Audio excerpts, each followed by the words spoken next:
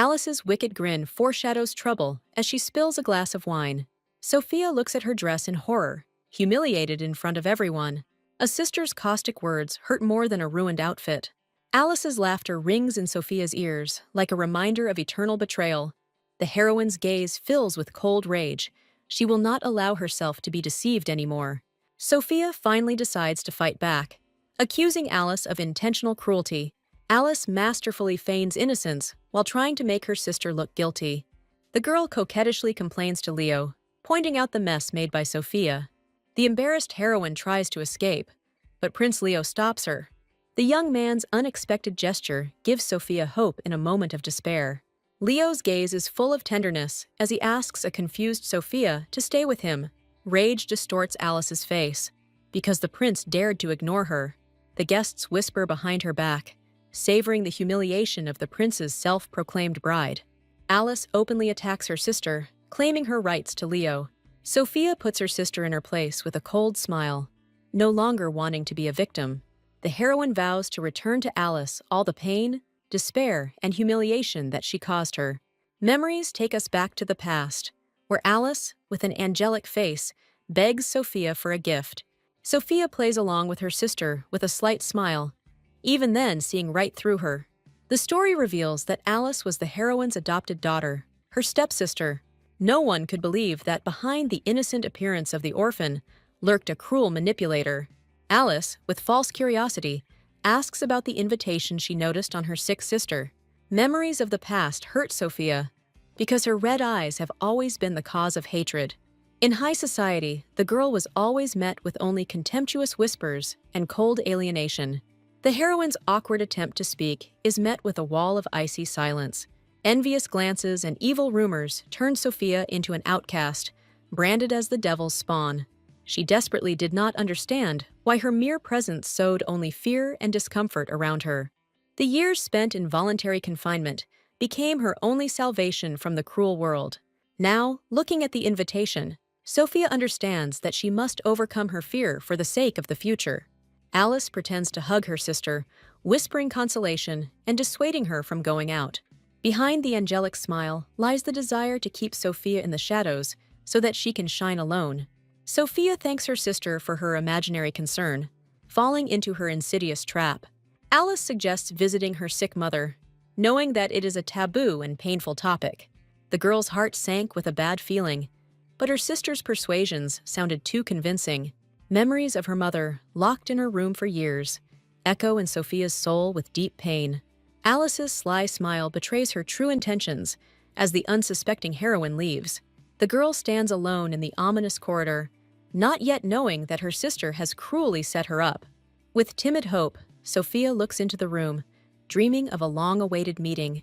The scene she saw made her blood run cold, destroying all her childhood illusions. Instead of a hug, her own mother greets her with a suffocating grip and a look full of hatred. Alice feigns shock as a mad woman attempts to kill her own daughter.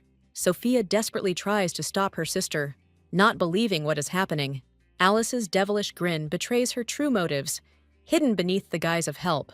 The father and his servants burst in at the noise, frozen in horror at the sight they saw. Alice masterfully plays out the tragedy, blaming her stepsister for everything. A false accusation of her mother's murder becomes a death sentence for Sophia. The heroine's desperate justifications are drowned out by Alice's tears and general disbelief. The sentence has been passed, and now the girl in prison awaits the dawn of her execution. Her silence and tears are taken as proof of the killer's cold-blooded nature. Sophia knows who the real criminal is, but no one will hear her truth. Alice's hypocritical smile is the last thing the heroine sees through the bars. Sophia's rage and despair beat against the bars of the grate, but her cries go unanswered. Alice mockingly revels in her sister's powerlessness because her words no longer mean anything. The realization of complete loneliness falls upon the heroine because even her family has turned away from her. Cold horror replaces anger as Sophia begins to understand the depth of Alice's betrayal. The girl boasts of her perfect reputation, which she used as a weapon. Alice reveals her evil plan, where she is the innocent victim and Sophia is the evil sister. The traitor's malicious laughter echoes throughout the dungeon, emphasizing the stupidity of the deceived people. The grief-stricken heroine cannot understand what caused such monstrous cruelty. Alice begins with relish to tell the story of her hatred, which began on the day of their first meeting. Black envy of Sophia's happy childhood became a poison that poisoned Alice's soul from the very beginning. Alice's goal has always been to steal, destroy, and ultimately kill, taking everything that belonged to her sister. Only her perceptive mother saw right through her, but the girl found a way to silence her forever. The crazy idea of slowly poisoning and tormenting her adoptive mother became an obsession for Alice. The perfect plan ended with all the crimes being pinned on the innocent Sophia. The terrible truth falls upon the heroine, because it was Alice who drove her mother crazy for years. The villainess revels in her victory, looking at her broken sister from behind bars. Saying goodbye to her silly sister, Alice leaves to enjoy her new life. Standing on the scaffold, Sophia cannot understand at what point her life turned into this nightmare. The wrath of the crowd falls upon the girl with stones and curses, branding her a murderer. In the last moments of her life, Sophia blames only herself, regretting that she was unable to guide her sister on the right path. The pitiful figure of the heroine on the scaffold evokes only contempt and glee in the crowd. Through the veil of pain and blood, Sophia sees her grief-stricken father in the crowd. The last cry for help escapes her lips when she notices a familiar face. The girl's pleas are shattered by the icy silence of her father, who does not dare to look at her. Alice takes her father away, depriving Sophia of her last hope for salvation and justice. Unable to bear his daughter's suffering, the father gives in to persuasion and leaves the square. Sophia's gaze goes blank as a creepy, insane grin appears on her lips. In the moment before her death, she comes to an epiphany. Alice is not a lost soul, but true evil. With her head meekly bowed to the chopping block, the girl accepts her fate with cold determination. The heroine's last thought is not forgiveness, but eternal damnation to the devil who destroyed her family. With her last breath, Sophia makes a deal with fate, giving her life for revenge. Consciousness fades and flares up again, to the sounds of painfully familiar voices. The heroine wakes up in her childhood bed, not believing in the miracle that happened. She sees her parents alive and well, even though a moment ago she was mourning their loss. The sincere joy of her loved ones seems like a dream to her after the nightmare of betrayal she has experienced. The girl's mind cannot accept the reality that her mother is alive and was not executed. The reflection in the mirror confirms the incredible. She has become a little girl again. The appearance of young Alice with an innocent face makes Sophia's heart freeze with horror. Her sister's lie about falling from a tree becomes the trigger for her memories. Realization hits the heroine. She is given a second chance. She returned to the past. Alice's false concern no longer touches Sophia, who sees her as nothing more than a reminder of her past stupidity. A mad laugh bursts out of the heroine's chest, leaving the young villain in complete shock. Alice cannot understand the reason for such a reaction, because her mask of innocence has never failed. Knowing her sister's true nature, Sophia can hardly restrain herself from laughing in her face at such impudence. With an icy smile, the girl thanks her sister, vowing to never make the same mistakes again. Now that fate has given her a second chance, Sophia will become a predator herself and take everything from Alice.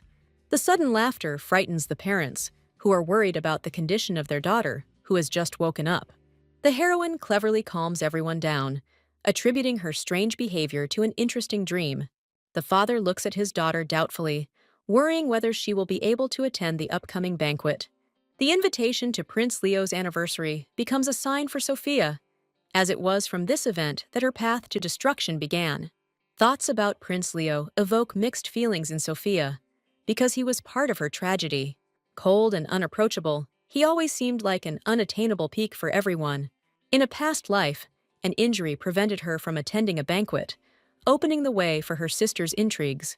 Alice is excitedly anticipating her meeting with the prince, seeing him as her ticket to royal life. A cunning plan is already brewing in Sophia's head to turn her sister's dreams into a living hell. The invitation, addressed only to Sophia, becomes the first stumbling block for Alice. The girl throws a tantrum, demanding from her father the opportunity to get to the desired appointment. With childish spontaneity, Alice declares her desire to become a princess, causing her mother to be touched. Her angelic appearance and feigned sweetness serve as the perfect weapon for manipulation. Sophia realizes that her sister's obsession with the prince was her main goal from the very beginning. In her past life, Alice almost achieved her goal, as the question of her marriage to the prince was almost decided. Sophia firmly declares her desire to go to the ball, taking the first step towards changing her destiny. Behind the innocent smile lies a cold calculation to get closer to the prince and ruin his sister's plans. The realization that Sophia is a more worthy candidate awakens a fierce hatred in Alice. A sweet smile hides a steely determination to take away from her sister her main goal, Prince Leo. The story takes us to the wealthy kingdom of Richeslia, where the upcoming drama will unfold. Under the rule of a wise king, the state flourished under an absolute monarchy. The only hope and heir to the throne was the long-awaited son, Prince Leo Richeslia. The heavy chains of duty and the best education shackled the childhood of the only heir. As a result of such an upbringing, a cold and insightful young man grew up, not susceptible to flattery. Pleas for mercy are shattered by the icy calm of young Prince Leo. At the age of 15, he mercilessly executed nobles, knowing no compassion. Loyal to his subjects, the future king hid a heart of ice under a mask of duty.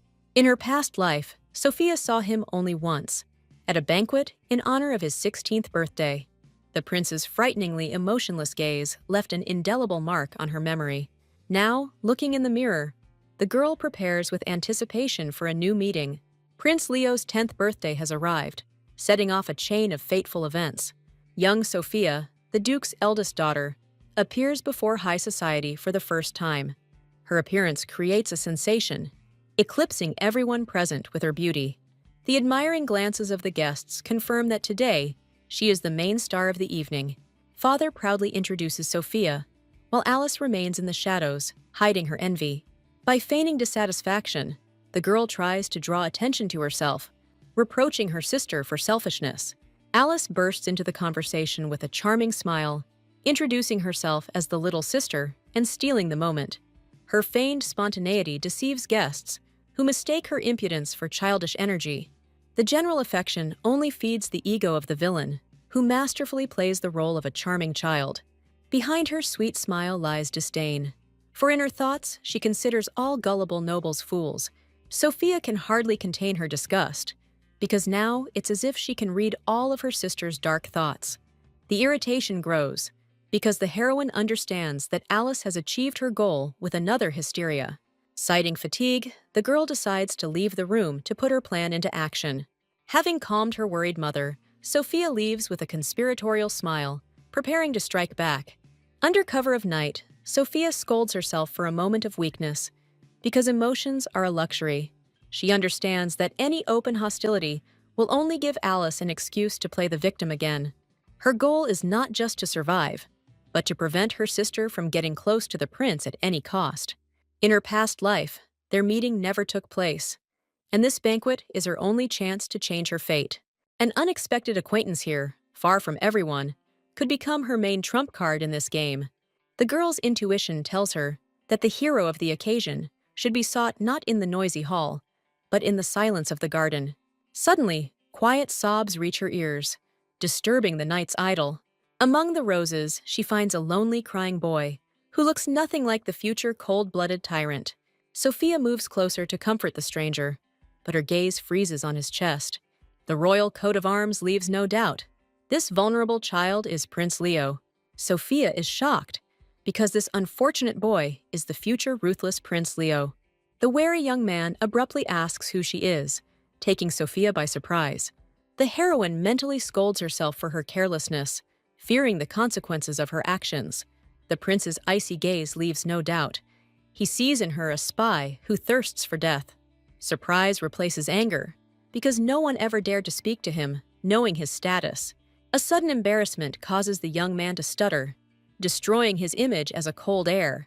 This shy boy is nothing like the cold-blooded prince from her past. In her memories, he always looked down on everyone, with an inscrutable expression on his face. His cold eyes never expressed any feelings, instilling only fear in those around him. The prince's indignant cry breaks Sophia out of her thoughts, causing her to awkwardly apologize. The awareness of the prince's vulnerability gives Sophia confidence. She can easily cope with such a child. The girl introduces herself gracefully, reminding him of her high status and seizing the initiative. A sincere apology for her carelessness becomes her first step towards winning his trust. Trying to hide his embarrassment, the young man solemnly accepts her apology, regaining his royal dignity. After introducing himself, Leo immediately goes on the offensive, accusing her of seeing his tears. Sophia hastily denies the obvious, trying to preserve the fragile pride of the future king. The prince does not believe her words, because she witnessed his greatest humiliation. The heroine can only remain guiltily silent, understanding the full depth of his childish resentment. Leo bitterly assumes that she, like everyone else, will mock him behind his back. He admits that even his servants consider him a failure, unworthy of the title of prince. Sophia is shocked by the servant's insolence, and the prince snaps back, unwilling to accept her pity. Under the moonlight, Leo confesses his insecurities, which cause him to constantly cry alone. The weight of the crown weighs heavily on him, as any sign of weakness would cast a shadow over the entire royal family.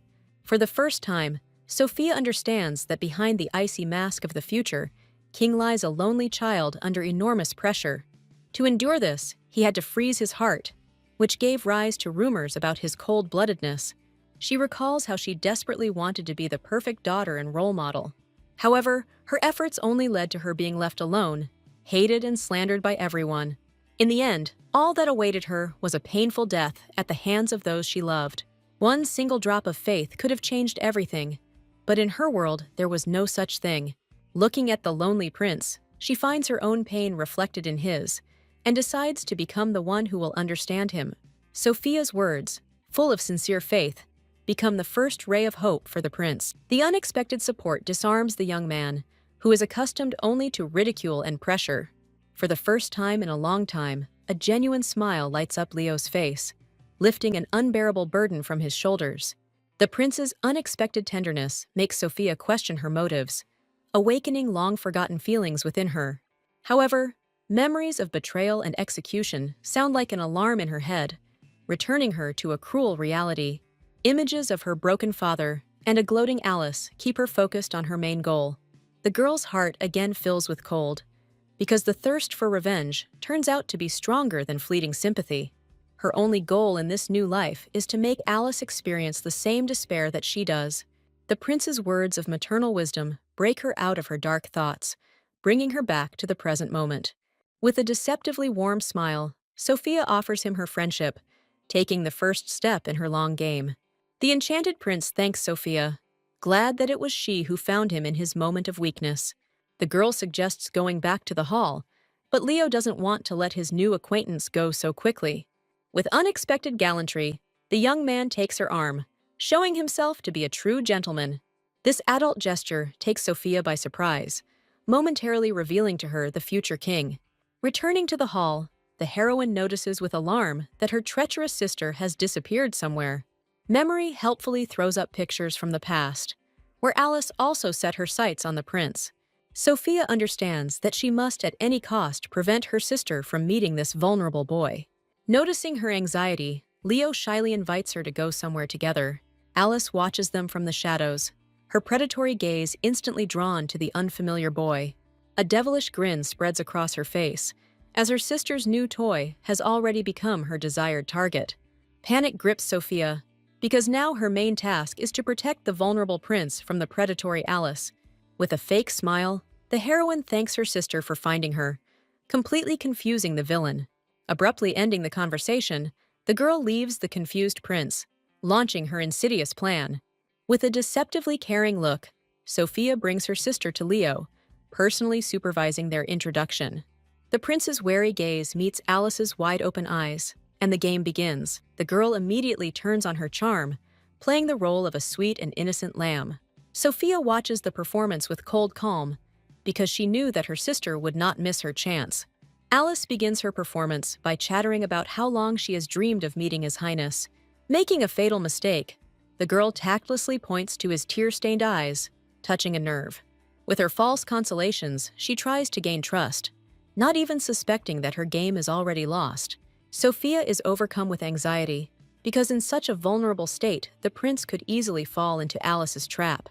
The heroine immediately intervenes, playing the role of the older sister and apologizing for the younger one's rudeness. Alice, confused, tries to correct the situation in her usual way. Coquetry. Anger distorts Leo's face, as he is not used to such impudence and familiarity. His icy wrath falls upon the girl who dared to touch His Highness without permission.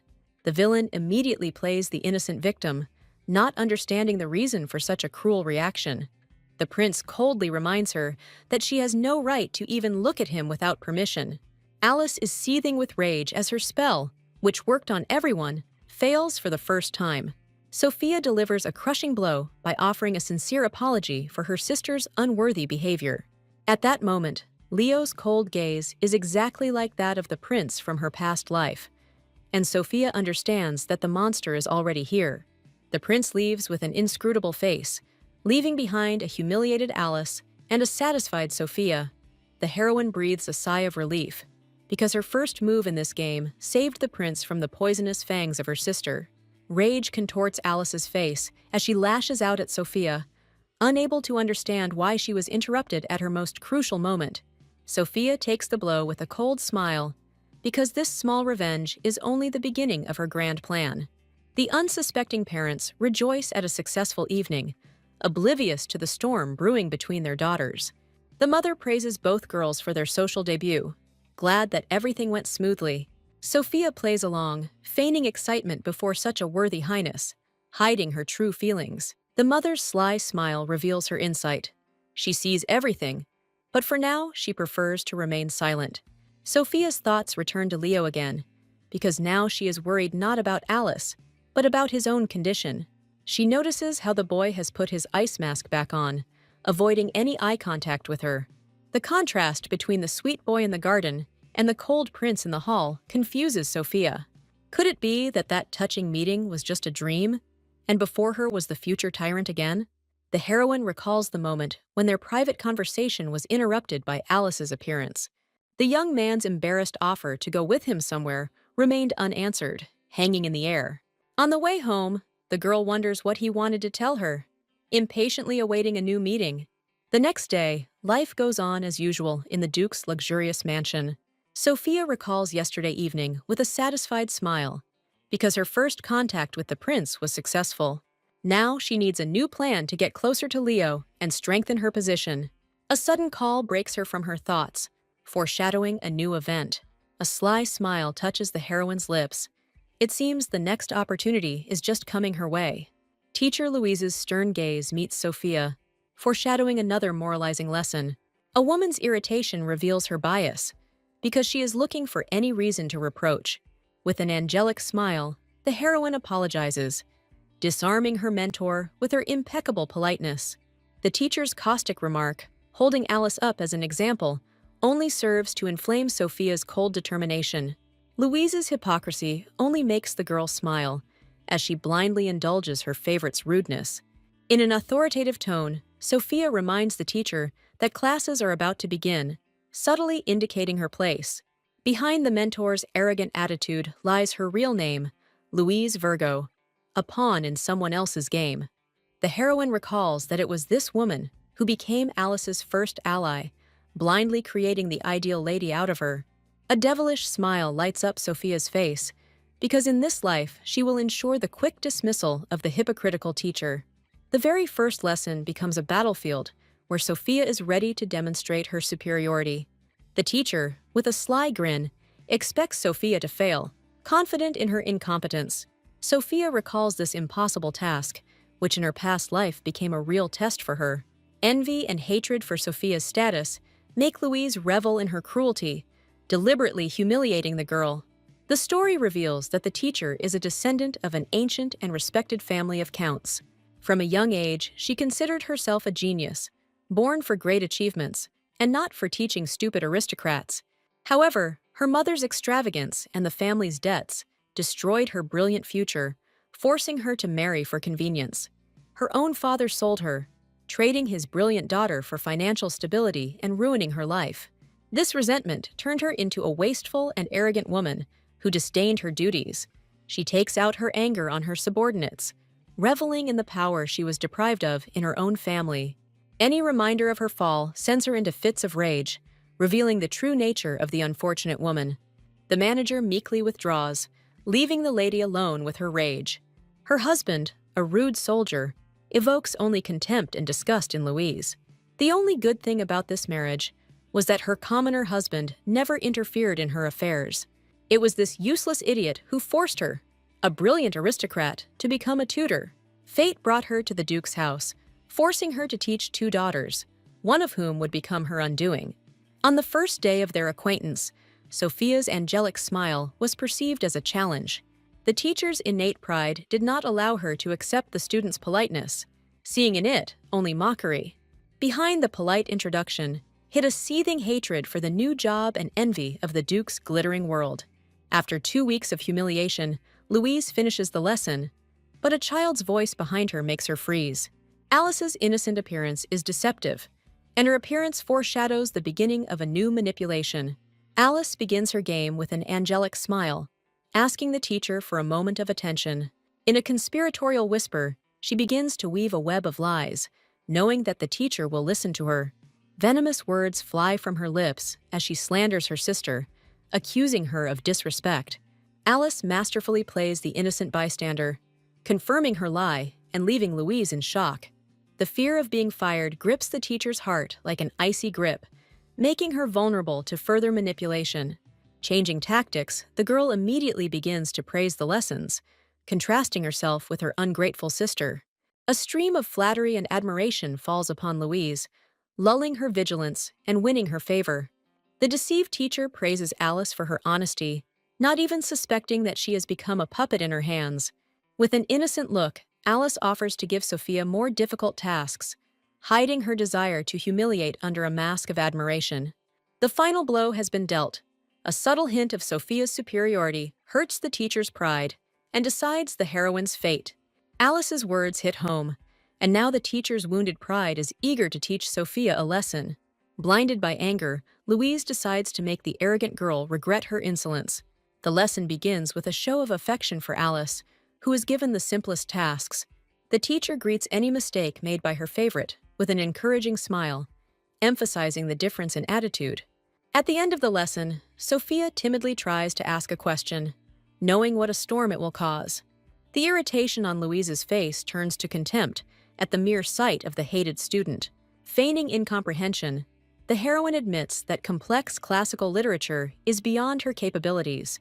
Predictable rage falls upon the girl, because the teacher was just waiting for a reason to humiliate her. Louise screams, shaming Sophia and reveling in her apparent stupidity in front of Alice. Holding back tears, the heroine meekly apologizes, allowing the humiliation to become the next step in her plan. Louise's satisfied grin betrays her sadistic pleasure, as Sophia never complained about her bullying. The more she tormented the girl, the more she withdrew into herself, giving the teacher perverted pleasure. A sly smile touches Louise's lips, because today she will be able to enjoy her small victory again. With a sparkle in her eyes, Sophia begins to answer the most difficult task, amazing the teacher with the depth of her knowledge. The perfect answer from a smart and confident girl completely destroys the image of a stupid, empty shell. Sophia doesn't just answer, but offers her own perspective on the problem, leaving the teacher stumped. With a sly smile, the girl asks Louise for her opinion, knowing full well that she won't be able to answer her. Under the pretext of an interesting task, Sophia announces that she has invited a special guest for the discussion.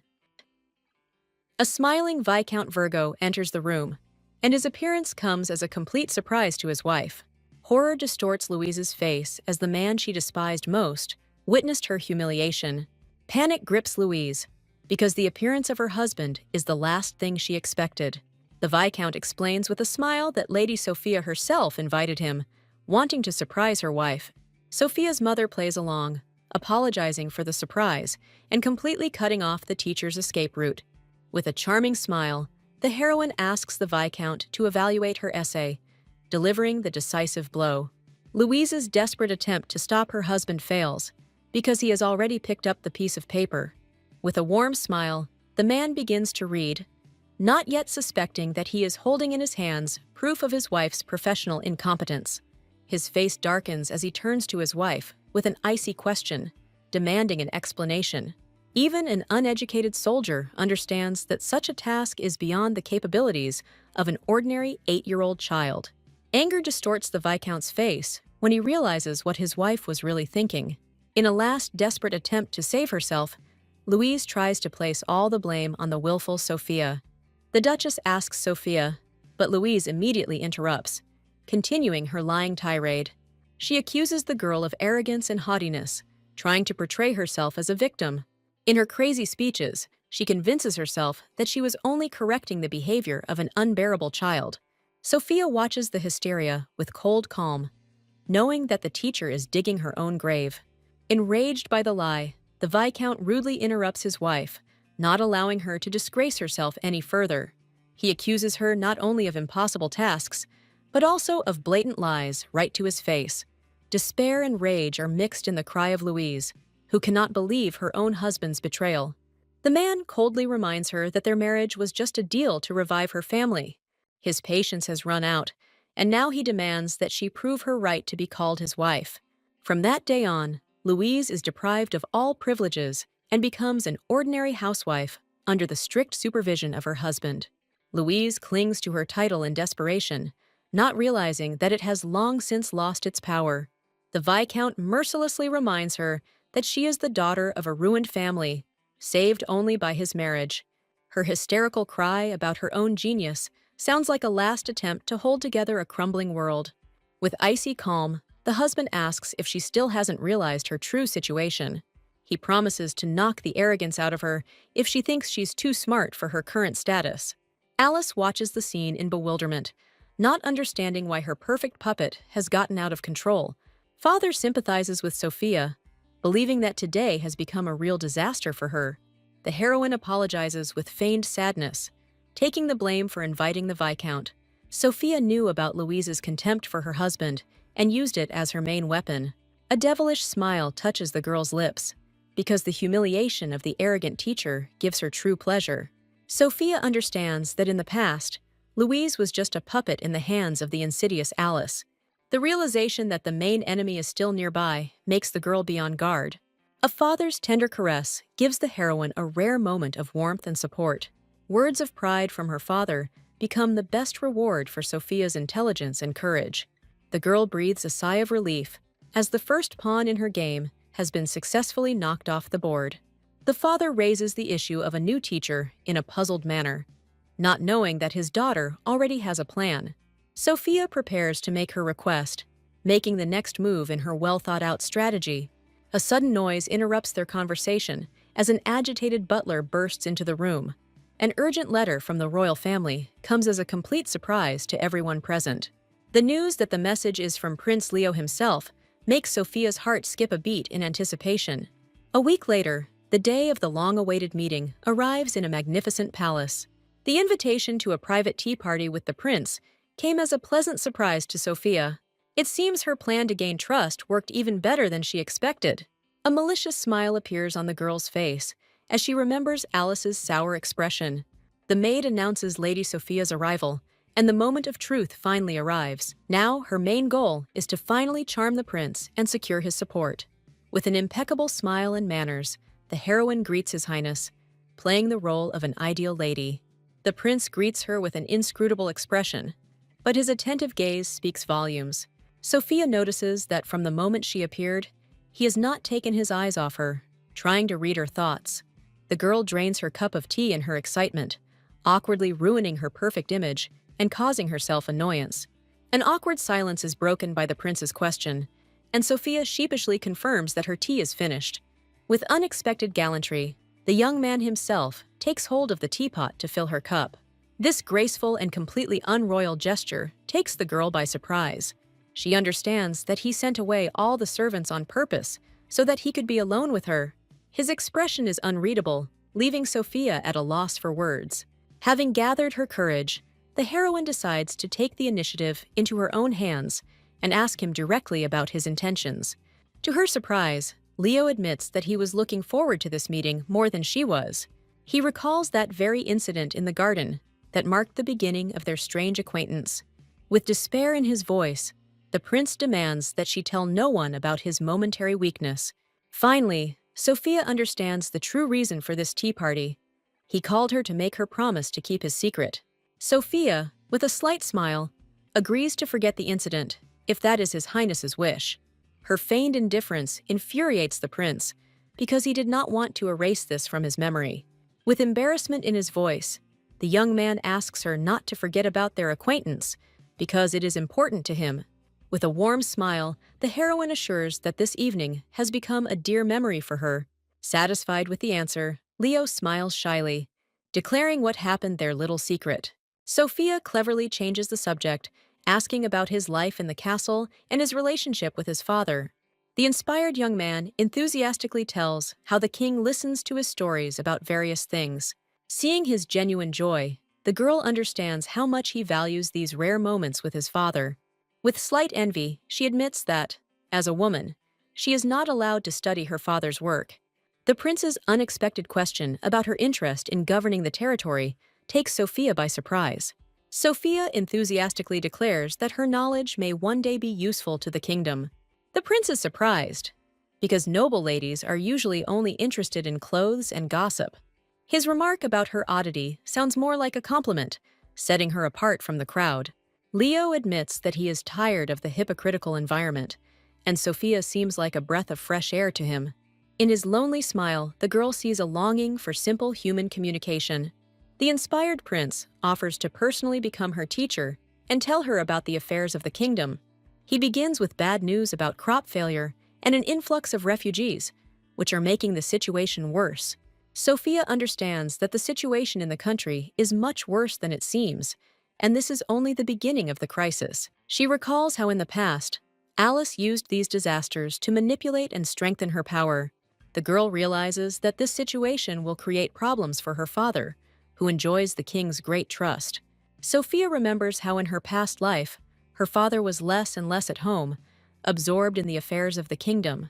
The absence of a father allowed Alice's influence to grow unchecked, poisoning everything around her.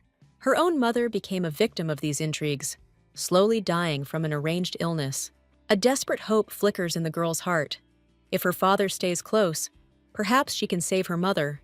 The realization of her own powerlessness in the face of the impending tragedy falls like a heavy burden on her shoulders. Trying to hide her anxiety from the prince, Sophia does not notice how he is very close. The young man's gentle gesture and his intense gaze take the girl by surprise, making her heart beat faster. The quiet command to open his mouth sounds unexpected and intimate, breaking down all barriers between them. The sweet taste of chocolate mixes with excitement, creating a moment of unexpected intimacy. His embarrassed concern and awkward apologies completely disarm Sophia, causing her to blush. The prince admits that around her he starts talking nonsense, losing his royal composure. With a sly smile, he admits that he hopes for her understanding, seeing her as the only person who will listen to him. Her tender gesture and sincere words become for him the invitation he has been waiting for so long. This moment marks the beginning of their special bond, cemented by a shared secret and timid sympathy. Time flew by unnoticed, and now it's time for them to say goodbye, although neither of them wants it at all. A happy smile never leaves the young man's face as he offers to walk her home, wanting to prolong their meeting. On the way, the girl decides to ask about something that has been bothering her since the day of the ball. She reminds him of the interrupted conversation, causing the prince to be confused again by her insight.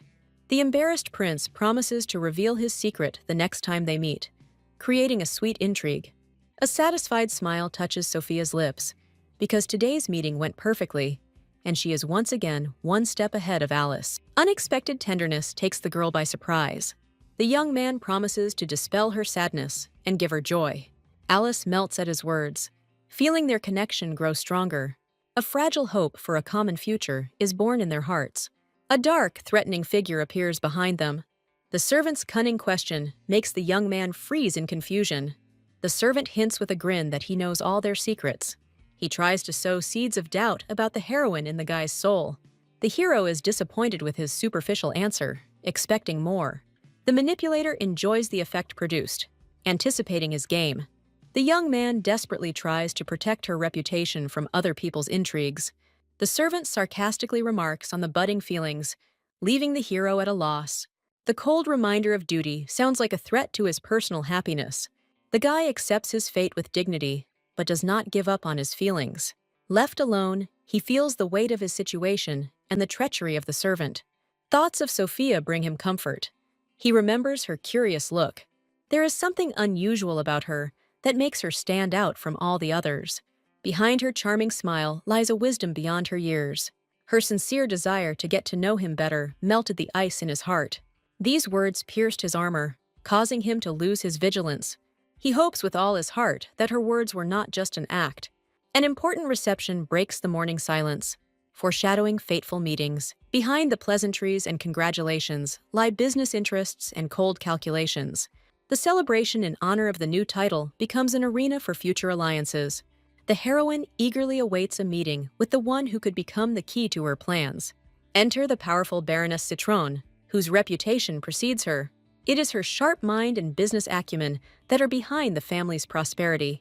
Her daughter Maya is Alice's future rival, and this clash is inevitable. The girls are left alone, and an awkward tension hangs in the air. Sophia makes the first move, extending a hand of friendship to her potential rival.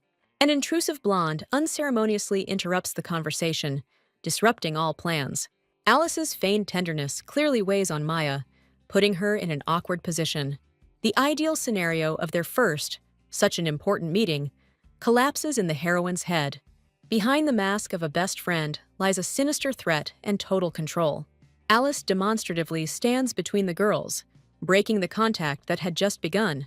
This false game only causes Sophia to feel a dull irritation.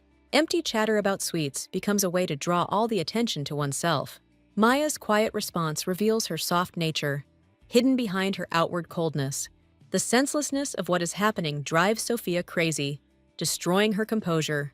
The heroine understands that Maya is an alien element in this snake pit.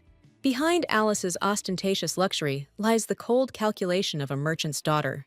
But Maya seems different, sincere, unlike all the flatterers around her. This is why Sophia so desperately needs her as an ally. The pushy blonde tries to gain trust, ruining the moment. She falls silent, embarrassed, realizing that her chatter has become too intrusive.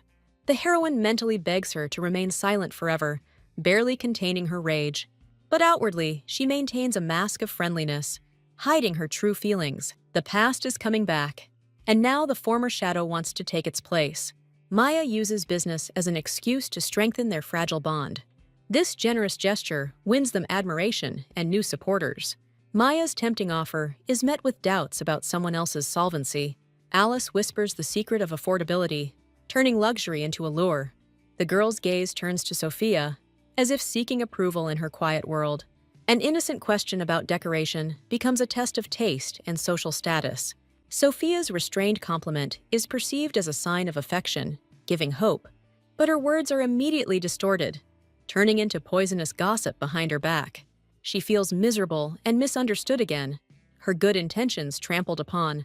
Alice seizes the initiative, offering everyone a cheap trinket as the new trend.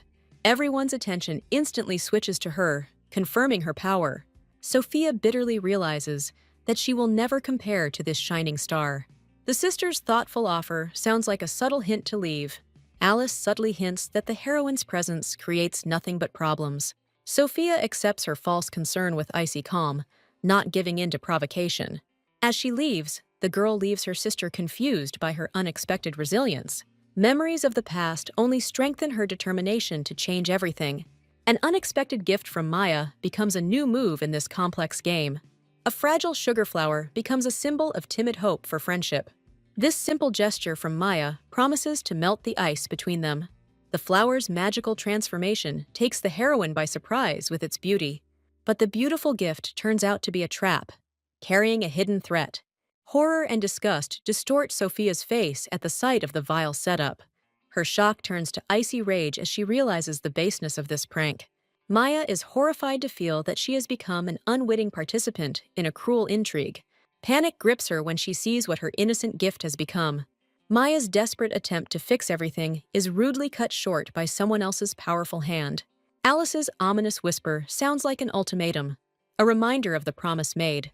Her eyes were frozen in horror at the realization that she had become a puppet in Alice's hands. Behind the Citron family's success stood a calculating father and the shadowy support of a mother. From childhood, Maya was prepared for a world where every step is a strategic move. Her father pushes her into a dangerous alliance, seeking to buy influence at the cost of her freedom. Maya meekly accepts her difficult fate, hiding deep pain behind humility. A sense of duty to her family ignites in her the determination to go all the way. A fateful meeting happens sooner than she could have expected, changing everything. The sudden appearance of a spoiled guest disrupts the usual order of things. The visit of the noble Orvin family becomes both an honor and a test for them. With childish spontaneity, Alice demands attention, invading her personal space. Behind her beaming smile lies a cunning plan to get closer. Alice is delightedly choosing jewelry, oblivious to the thoughts behind Maya's polite smile. While her fathers are busy with their affairs, Maya sees a chance to mend her own fragile alliance. Her excessive liveliness seems strange to Maya, for a lady of her circle. Alice's childish question about her resemblance to the princess hides her true ambitions. A naive dream of marrying a prince becomes an obsession for a young lady. Maya is stunned by how straightforward and grandiose this girl's plans are. A shadow of doubt falls on her face when she introduces her main rival, her sister, into the game. The news of Sophia's invitation to the palace sounds both like boasting and a complaint. Alice's feigned self-deprecation is merely a ploy to draw words of comfort from Maya. Behind this enthusiastic declaration of love lies a thirst for power, not feelings. Maya mistakenly sees her as just a spoiled but harmless aristocrat.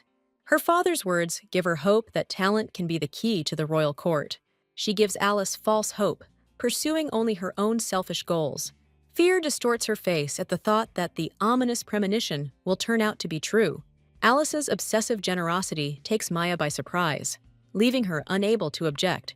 She tries to return the expensive gift, feeling uncomfortable in this game. A generous gift becomes a bond, forcing a friendship that cannot be refused.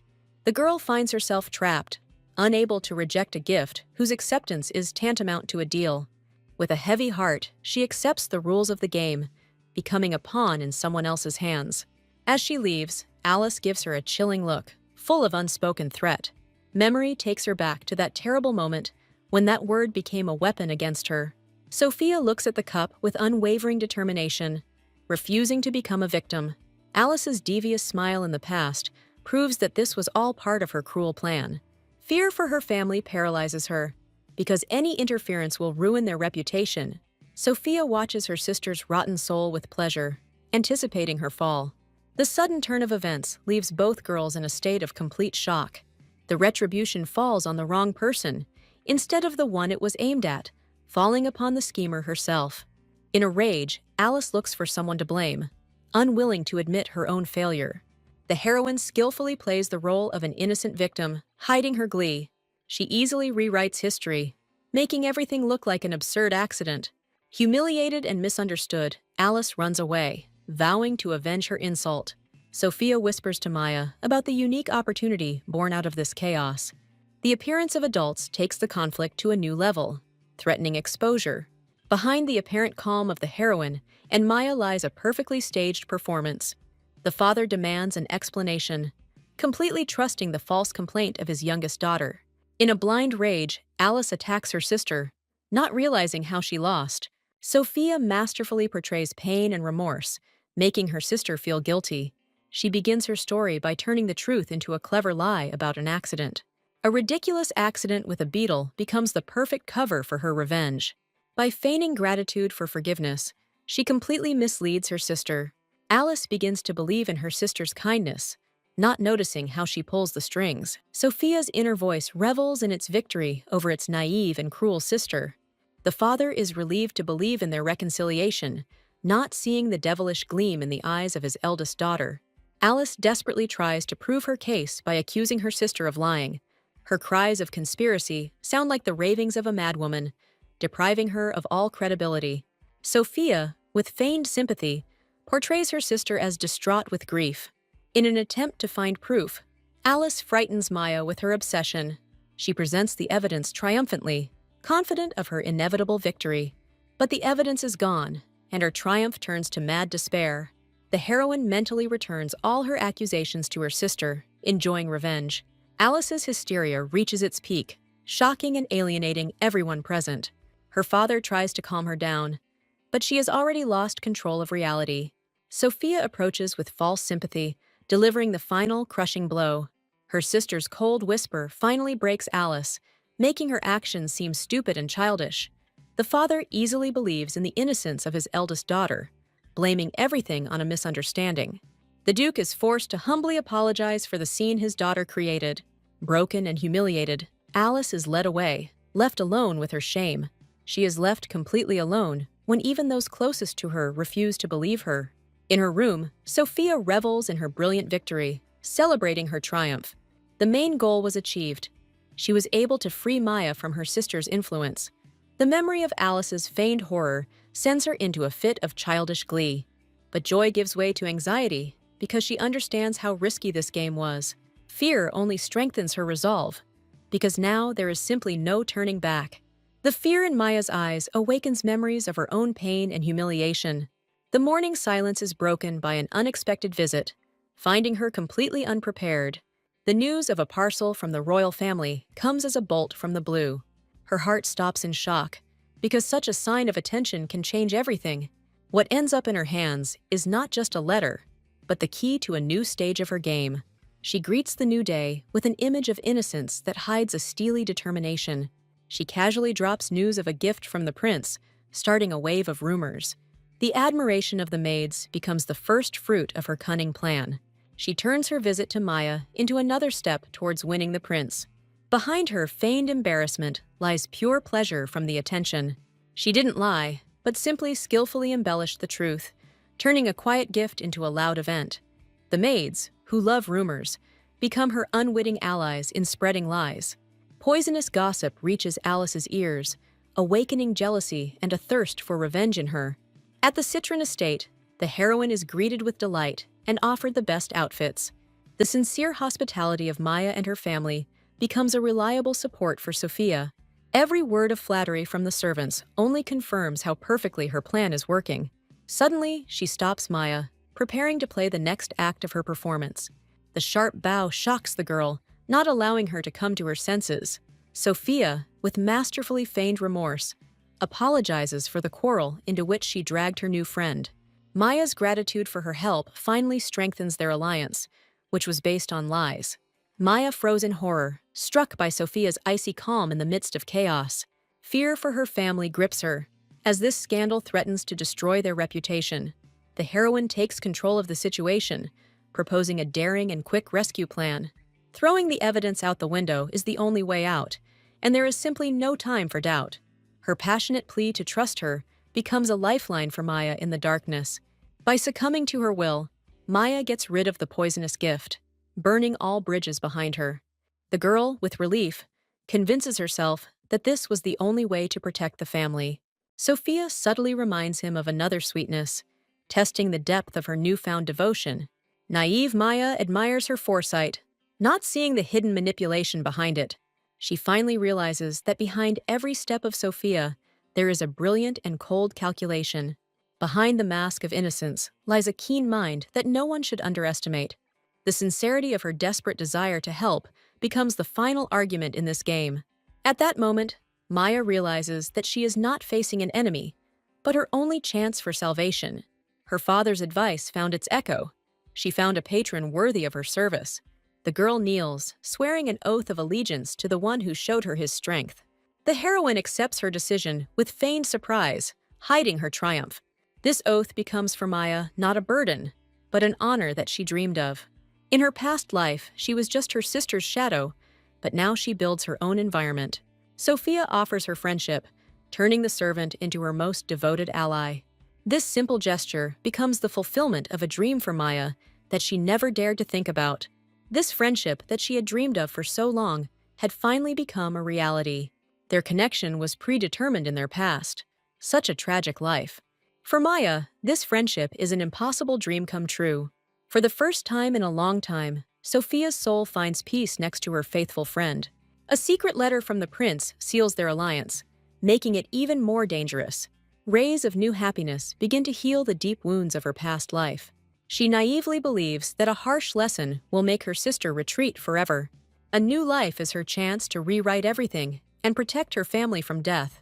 But the prince's gift only ignites the flames of envy and hatred in Alice's soul.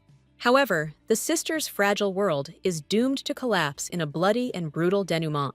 The memory of the mad gleam in her sister's eyes still chills her blood.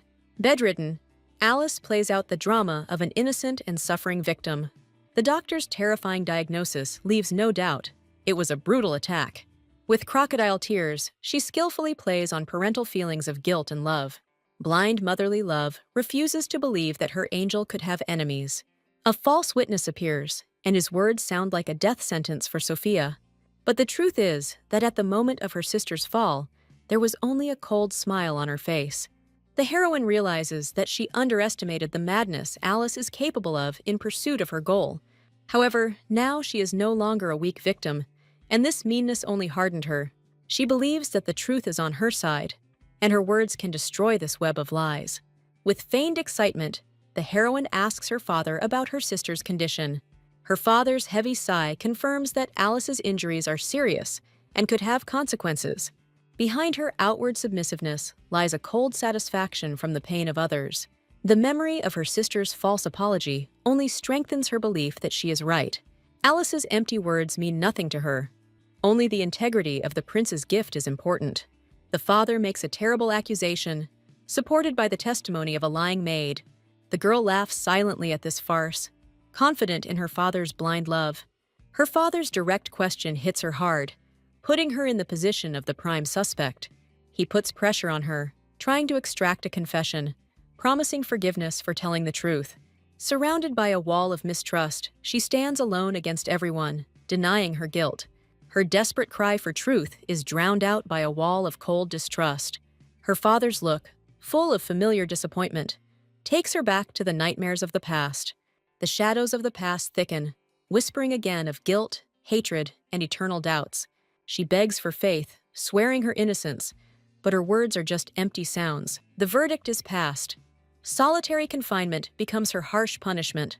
His departure feels like a final betrayal, leaving her alone in the void. The agonizing question of why echoes in the silence of her absolute despair. The heart breaks from the cry of the soul, which does not find an answer from the person closest to it. The worst pain is the realization that she has no ally in this battle. Behind him stands the shadow of a false witness, whose words have become the poison that has poisoned his heart. Alice's sinister laugh is a triumph over the stupidity of those who so easily fell into her net. Locked alone, her sister becomes nothing but an annoying obstacle on her way to her goal. Her future is predetermined. She will become the prince's wife, and nothing can stop it. Memories take her back to a carefree childhood, far from palace intrigues. Universal adoration from a young age fed her egoism and belief in her own irresistibility. This love for oneself is based on a firm belief in one's own uniqueness and superiority. Talking to your mother becomes the first step towards realizing your true purpose. The shocking truth about her noble origins forever changes her view of the world. The forbidden love between the maid and the master turned into shame and exile for the mother. Abandoned and alone, she learned of her lover's death only at his cold grave. Sensing trouble, the mother leaves her daughter the only salvation, the name of the good duke. Her cold words about death become a terrible prophecy and a plan for action for Alice. Behind the mother's tender embrace lies a promise that will become a curse for the daughter. The awareness of her noble origin ignites a dangerous flame of ambition in her soul. To clear the way to happiness, she cold-bloodedly gets rid of the only obstacle. In her childish hands are fire and a knife, symbols of ruthless betrayal for her own gain. Against the backdrop of a burning house, she says goodbye to the past, burning away her last drop of humanity. Her performance worked perfectly. The orphan's tears open the doors to a new, rich life for her. In the reflection, she sees not herself, but the chosen one, whose peculiarity justifies any cruelty. Her obsession with her own status as a princess leaves no room in this world for anyone else. The maid's timid apology is a fear of the one whose dark side she has seen. Alice's cloying joy is a mask concealing cold calculation and contempt. Her feigned concern for the maid's health is only part of a cruel performance. The sinister gratitude for perjury becomes a silent threat to Carla. The naive maid, bribed by the doctor's attention, became the perfect puppet. Carla's attempt to justify herself is met with a wall of cold, expectant silence. Alice's icy question backs the terrified maid into a corner, leaving her no choice. Fear for her life forces her to renounce the truth, saving herself at the cost of someone else's fate. Behind Alice's false sympathy lies an icy contempt for the broken victim. She reassures her, knowing that from now on this soul is completely in her power. An expensive trinket becomes payment for a lie and a symbol of eternal submission. The promise of new trinkets finally buys her loyalty and silence. Behind her joyful laughter lies a cold contempt for the purchased soul. She looks at her new puppet with disgust, seeing in it only a pathetic little dog. There is only room for one princess in this world, and she will destroy any rival. After a few days, the boring role of victim begins to bore her unbearably. She eagerly awaits news of her sister's punishment, anticipating her suffering. Thoughts about Sophia's fate, exile to a monastery or something worse, fill her with joy. But instead of triumph, a shocking betrayal from her most loyal pawn awaits her. Even at this moment, she does not see her failure, only a temporary obstacle in the face of a frightened maid. With an angelic smile, Alice reminds the maid of the lie she was supposed to confirm. She presses her, confident that fear and greed will keep her silent. But Carla, in tears, recants her words, revealing the terrible truth about coercion. Alice masterfully feigns resentment, accusing the maid of cruel slander. Sophia's sudden appearance at the door comes as a complete surprise to the intriguer. The heroine, with a cold smile, reveals her trump card, Carla's repentance and confession. For Alice, the idea that a pawn could develop a conscience seems simply unthinkable. Carla continues her confession, revealing more and more layers of lies into which she was drawn. Losing control, Alice lashes out at the maid in a rage, trying to force her to shut up. Her own lies came back to haunt her when her father grabbed her broken arm. The trap has sprung, and Alice panics as she realizes that her rage has been a fatal mistake. At the most tense moment, her main accomplice, the fraudulent doctor, is caught. Pathetic pleas for forgiveness are met with icy fury in the eyes of the one he betrayed. Sophia, with an innocent smile, suggests a second examination, dealing a crushing blow. The real doctor's verdict mercilessly destroys her lie, revealing the whole truth about the simulation. The look of her father, full of disappointment and anger, becomes more terrible for Alice than any punishment. Surrounded by a wall of accusations, she cannot find words to justify herself to her parents. In her distorted world, everyone around her is to blame, and she is just an innocent victim of her treacherous sister. Her father passes a harsh sentence, sending her to a convent to tame her cruelty. Disbelief and horror distort her face, because she never thought that her lie would lead so far. Despair overwhelms her as the maids drag her by force to a new, terrible fate. Her pride cannot bear the thought of being exiled to a society of losers. In a last desperate attempt, she feigns remorse, but her words are just another lie. The father remains adamant, giving her one last chance to reform in a long exile. Helpless rage and humiliation contort her face as she is led away from her old life. Her insane cry about her princess status is the cry of a wounded ego that refuses to accept defeat. The oath of eternal hatred meets the cold, dispassionate gaze of the winner. With her sister banished from her world, the main threat to her fragile happiness disappears. 8 long years of peace are her reward for this risky and cruel game. Blind parental love does not see the true value of this world, asking a naive question. His naive question hurts her, because she understands that even her father sees her as just an outsider. The victory seems empty to her, because in the eyes of those closest to her, she sees only condemnation. The fragile calm is interrupted by a panicked cry, foreshadowing a new, even greater disaster. An unexpected visit from the prince takes the family drama to a whole new, dangerous level. There is concern in his gaze. Rumors of her unfair punishment have brought him here. He offers her his protection and trust, wanting to hear the truth from her lips. The parents are trying to smooth things over, but now the young prince is dictating the rules. Behind his polite words lies doubt. He does not believe in the simplicity of this conflict. He openly comes to her defense, hurling bitter accusations of injustice at her parents. His words sound like a death sentence, forcing them to realize the full depth of their terrible mistake. Her words about her emotional wound make them realize the depth of her suffering. Her parents' belated repentance finally brings her long-awaited consolation.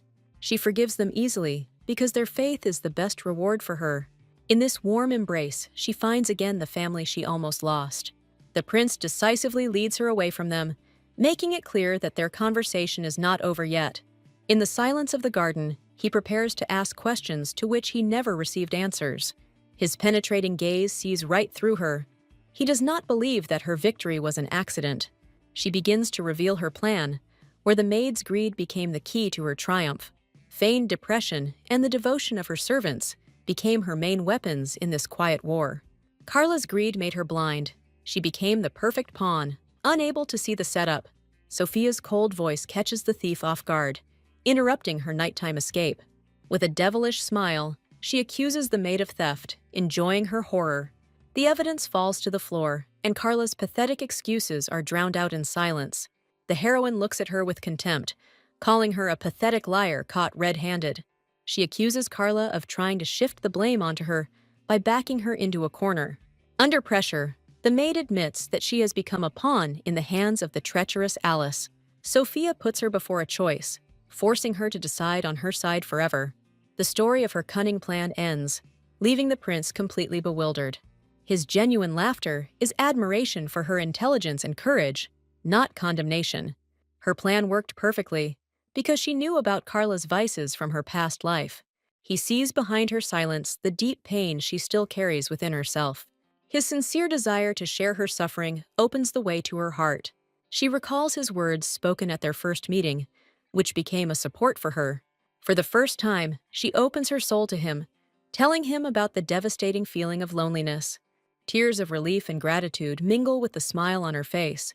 She tries to hide her vulnerability, but her tears speak louder than any words. His gentle kiss is a silent promise to always be by her side. He vows to believe her no matter what happens, becoming her unshakable fortress. At this moment, a fragile but real bond, woven from trust, is born between them. 10 years later, their story continues. But now there's more at stake. A grown-up Sophia greets a new day full of new plans and accomplishments with a smile. Years of hard work have paid off. She now holds her perfectly built empire in her hands. Her triumph is the result not only of her intelligence, but also of the difficulties she experienced together with Maya. A faithful friend fondly recalls their shared journey, full of ups and downs. The heroine, unaccustomed to praise, is embarrassed by the sincere words of the one who has always been by her side. But even now, the shadow of the past makes her shudder with painful memories. The expulsion of the sister was not the end, but only the beginning of a long preparation for a new battle. She knew she had to build an impenetrable fortress to meet the enemy's return. Her daring ambitions reached the king himself, challenging the very foundations of this world. Even in her youth, she swore to herself that she would never again become a victim of someone else's will. Memories of the king's cruelty from the past deprive her of the right to make even the slightest mistake. In front of the monarch, she boldly lays out her ambitious plan, where everything is at stake. His dismissive words about a girl's dreams hurt her deeply, but do not break her spirit. For a moment, she gives in to despair, fearing that her only hope has collapsed. But a sudden glint in the king's eyes changes everything, turning mockery into lively interest. He sees in her audacity not stupidity, but the potential for untold profits and power. Even the prince, her faithful ally, is impressed by her bold and risky idea. The king gives his verdict. If her plan brings prosperity, she will get everything.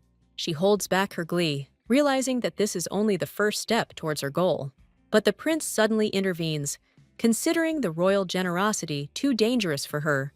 The archbishop's unexpected visit opens up new, brilliant prospects for her. Her people's safety report confirms that she is doing everything correctly. Sophia's influence grows, forcing even the church to seek her favor. The priest lavishes unctuous flattery, trying to charm the unapproachable heroine. She accepts his rules of the game, hiding her true thoughts behind a polite mask. Unexpected memories of the first meeting with the prince stir up old wounds. She is reliving that nightmare again, when the whole world turned away from her because of her sister's lies. The sticky fear of mistrust and loneliness still haunts her even in reality. The girl quickly wipes away her tears, ashamed to show her momentary weakness. His tender kiss and vow of eternal fidelity heal her wounded soul. An impudent visitor causes a scandal by demanding work to which he has no right. The situation escalates when he uses force against a defenseless employee. Maya's sudden appearance stops the conflict, bringing timid relief.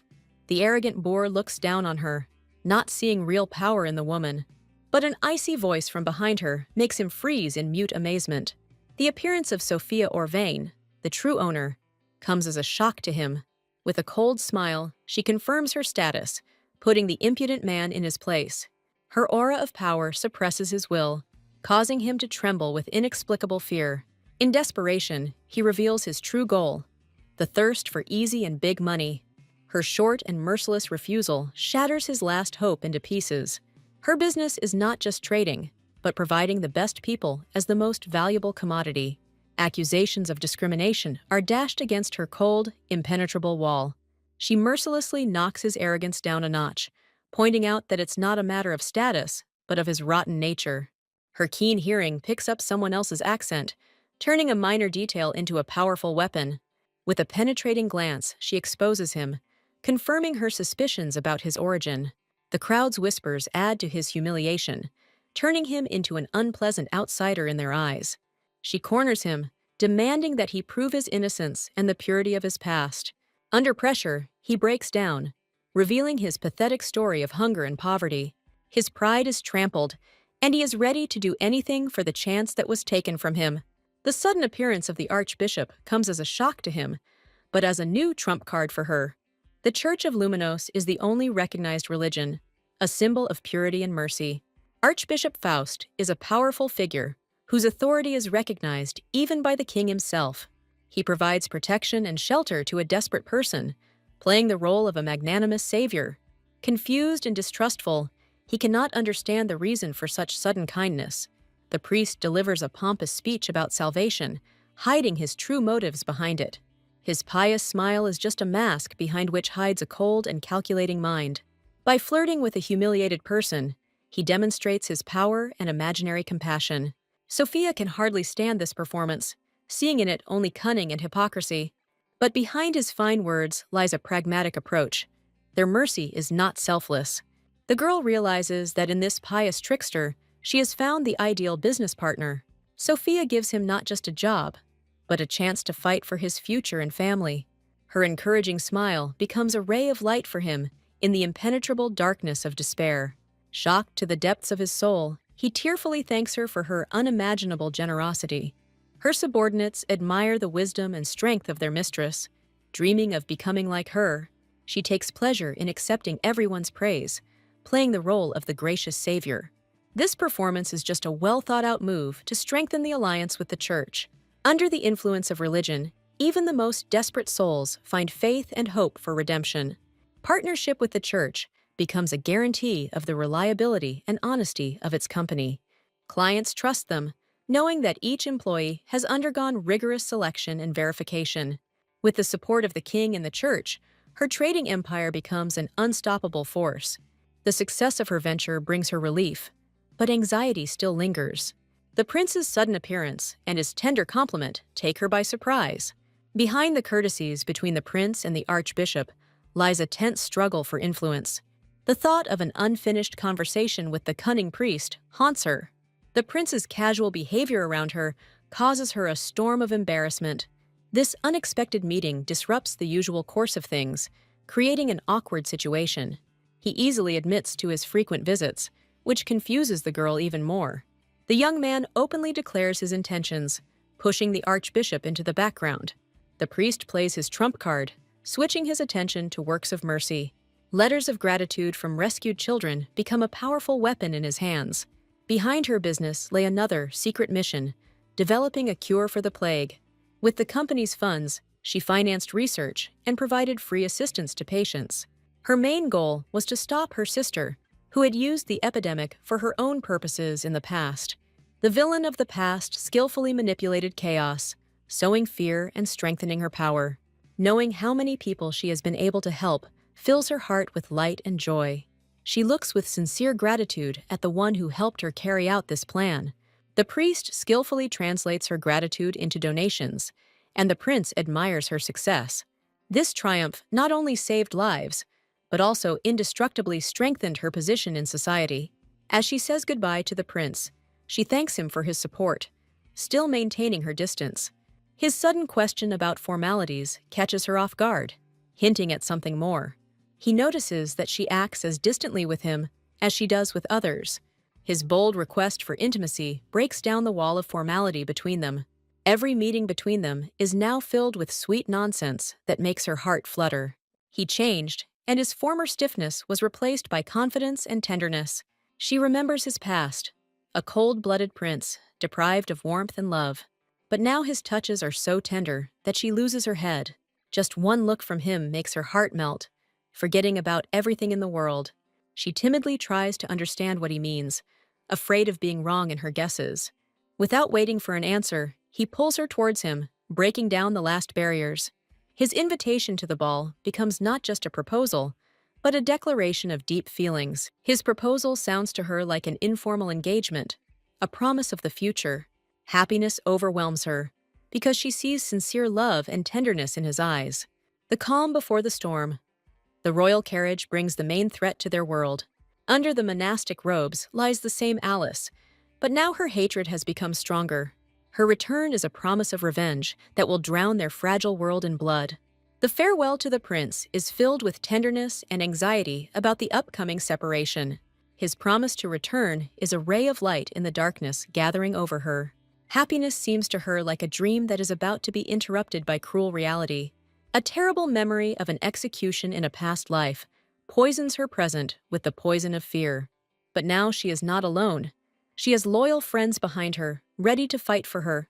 The only thing that matters is the prince's choice, his love, and his promise. With this confidence in her heart, she is ready to face any storm without fear. But the sister's feigned joy sounds like an ominous omen of impending disaster. Behind her, apparent delight, lies the boredom of the long wait and the thirst for a new game. Their meeting is a clash of two worlds, two destinies, where one must lose. Sophia, with icy calm, reminds her sister of her illegal return. Alice, with an angelic smile, turns her escape into an innocent surprise. She easily deflects all accusations, making her sister appear suspicious and angry. The heroine realizes that Alice returned ahead of schedule, breaking all the rules and agreements. The years in the monastery did not tame her, but only turned her into a wild beast, striving for freedom. The monastery surrendered, unable to withstand her aggression and endless attempts to escape. Blind parental love joyfully welcomes the prodigal daughter back into the family. They explain her return by medical clearance, turning a blind eye to the truth. Alice puts all the blame on childish stupidity, addressing her words to her main rival. Behind her confessions of envy lies a poisonous reminder of who the real princess is here. She puts on a heartbreaking show of remorse, begging for forgiveness and a second chance. Her tears and promises to improve are just part of a new, even more insidious game. Parents easily fall into her net, believing in a miraculous transformation of their daughter. Sophia watches this farce with a cold smile, knowing the true value of these words. She understands that her sister's return is timed to coincide with the prince's birthday and the fight for his hand. She is firmly convinced that the prince will choose only her, and no one can stop him. The sister's return is the perfect moment to settle their feud once and for all. She looks forward to the ball, where the masks will be dropped and Alice's true nature will emerge. A sleepless night full of worries leaves a mark of fatigue and anxiety on her face. But even exhausted, she continues to work, strengthening her empire against the coming storm. Maya's cries for help break her out of her routine, foreshadowing a new, unexpected conflict. The arrogant aristocrat looks at her with disdain, not recognizing the woman's authority. His pathetic attempts to humiliate her are shattered by the icy calm of a true lady. The sudden recognition and delight in his eyes is replaced by shock and disgust on her face. He sees in her his destiny, and she sees only a disgusting pursuer from the past. The stranger's crazy behavior leaves her shocked and completely perplexed. He mistakes her silence for a sign of happiness, drowning in his illusions. Maya resolutely stands up for her, not allowing the madman to even touch her. His pitiful cries of his status are drowned out by the silence as the guards lead him away. Behind them, Sophia and Maya become an unstoppable force, united in their decision. As he leaves, he hurls threats at them, unable to come to terms with his humiliation. His obsession turns this encounter into a test that will bind them forever. After his departure, Sophia has difficulty coming to her senses, trying to understand who this madman is. It turns out that this man has been hanging around for a week, waiting for the right moment. His self-confidence is based on his high birth and contempt for the lower classes. After experiencing shock, Sophia decides to strengthen security, anticipating new threats. But Maya brings bad news. There is another, more serious problem looming over their business. One of their regular customers fell victim to a daring and clever scam. Fake workers, posing as them, gained access to his lands. The naive count believed the imposters and allowed them to rule his fields. When the deception was revealed, it was already too late. The harvest was destroyed, and the fields were devastated. This news shocks Sophia, because not only the harvest is at stake, but also her reputation. It turns out that the real workers received a fake letter ordering them to stay home. She understands that someone is deliberately trying to destroy everything she has built for so long. Putting aside her emotions, she develops a clear plan of action to catch the imposters and save the business. Maya is pleased to report that all issues were resolved thanks to her prompt intervention. Luckily, no other customers were harmed, saving their reputation from complete ruin. Although the main villain is still at large, his accomplices have already been spotted and are under surveillance. Count Gustav, who became a victim of deception, does not hold a grudge against them, trusting them completely.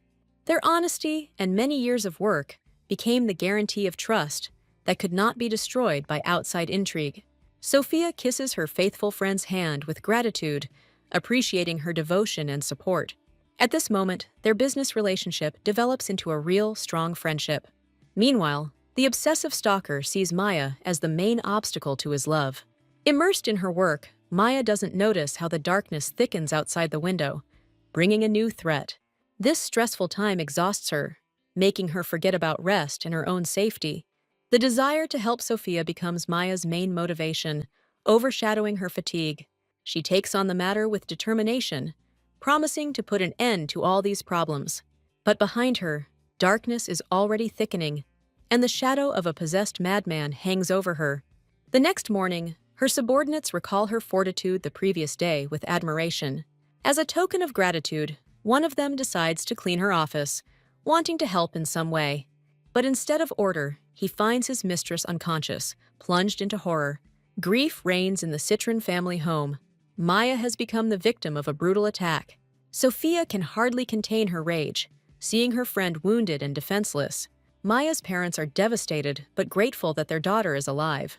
Their apologies hurt Sophia because she blames herself for not being able to protect her friend. A feeling of guilt tears at her heart. She could not protect the one who trusted her. But Maya's parents refuse to blame her, seeing what happened as nothing more than a tragic accident. The fact that even experienced security guards were neutralized speaks to the high level of the attackers. Their words of support and concern for her safety only strengthen her determination to find those responsible. Maya comes to, and her first words are a weak muttering about the horror she experienced. Memories of the attack, the chaos, the pain, the helplessness, torn her even in her delirium. Even on the edge of consciousness, she blames herself for failing to protect something important. Sophia tenderly reassures her, telling her that her life is the only thing that matters. Tears of relief and joy mix with grief on her face when she sees her friend alive. She understands that all these events are not a coincidence, but links in one chain leading to one enemy. Her policy of neutrality proved to be a mistake, because in this game, one cannot remain on the sidelines. The attack on Maya was the last straw for her. An icy fury froze in her eyes. She would find the culprits and make them pay. A sudden call from her sister interrupts her plans, foreshadowing a new, unpleasant clash. With a false smile, Alice hands her father's invitation, hiding her gloating glee. Sophia struggles to remain calm, sensing that there is another trap behind this. Alice's gloating grin gives her away. She's enjoying Maya's suffering. A terrible guess pierces her mind. The return of her sister and all these troubles are connected. She vows to herself to get to the bottom of the truth, no matter what the cost. Talking to her father becomes the first step in her investigation that will determine their future. Sophia's father reports with alarm the misfortune that has befallen Lady Maya. The girl understands that the situation has gone too far, and it is time to act. A man hesitantly begins a difficult and unpleasant conversation with his daughter. The heroine, with icy calm, offers her father a radical solution to the problem. She shrewdly guesses the true reason for his concern. The dirty rumor about Sophia, like a poisonous snake, is spreading through high society. The father, broken by the pressure, begs his daughter to lie low and wait out the storm. The girl smiles dazzlingly, because she already knows the name of her enemy. The heroine's confidence shocks her father, while she calls the gossip stupid. Sophia coldly anticipates revenge, forcing the culprit to pay for everything. The father is horrified to realize that inaction will only help his enemies, who all have the same sinister plan. Sophia, with a predatory smile, promises her father to triumphantly resolve all problems by Prince Leo's birthday. A man with a heavy heart, but complete faith in his daughter, gives her carte blanche for a risky plan. At a luxurious ball, guests, blinded by the splendor, whisper about the incredible wealth of the hostess. Amidst the admiring gossip about the magic of her success, a smug Lord Guise appears on camera. The dim-witted Lord Guise boastfully claims that his thriving business is just a casual hobby. Behind his back, the guests gloat, recalling the man's resounding failure and his dubious position. 6 months ago, messengers arrived at his estate with a royal decree, foreshadowing trouble.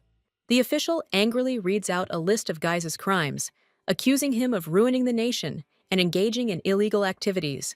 The frightened aristocrat is shamefully stripped of his title of count, condemning him to eternal oblivion.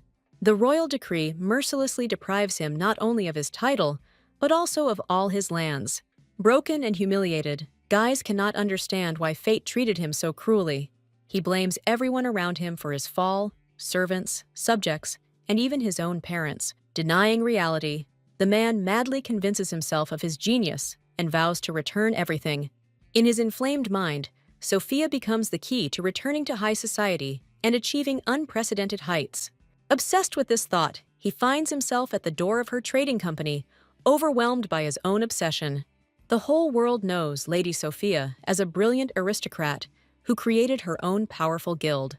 But Guise sees in her not talent, but only enchanting beauty and kindness, which drive him crazy. He decides that this girl is made for him and should belong only to him. Unable to get close to the object of his passion, he curses fate in despair, shouting out her name.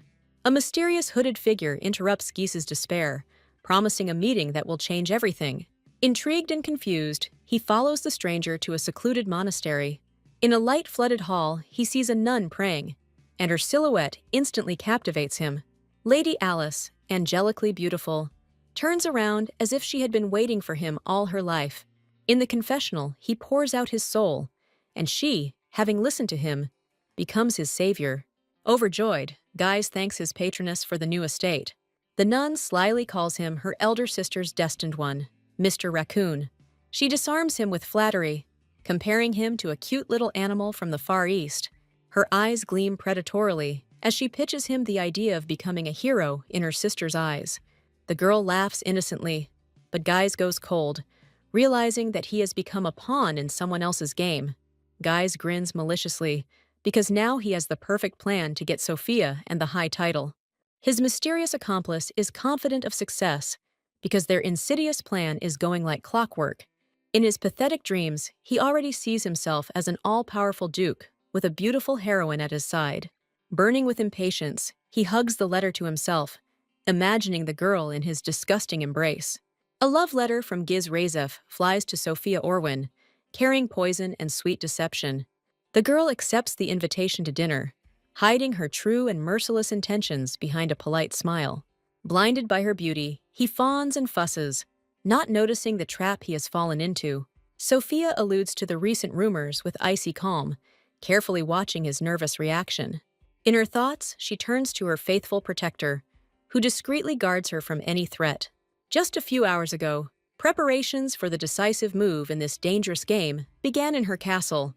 Sophia studies the dossier on Giza, a commoner from a fallen noble family, with cold interest. The documents mercilessly reveal the story of his inglorious fall, full of despair and failure. But contrary to common sense, he continues to live in luxury, which arouses even more suspicion.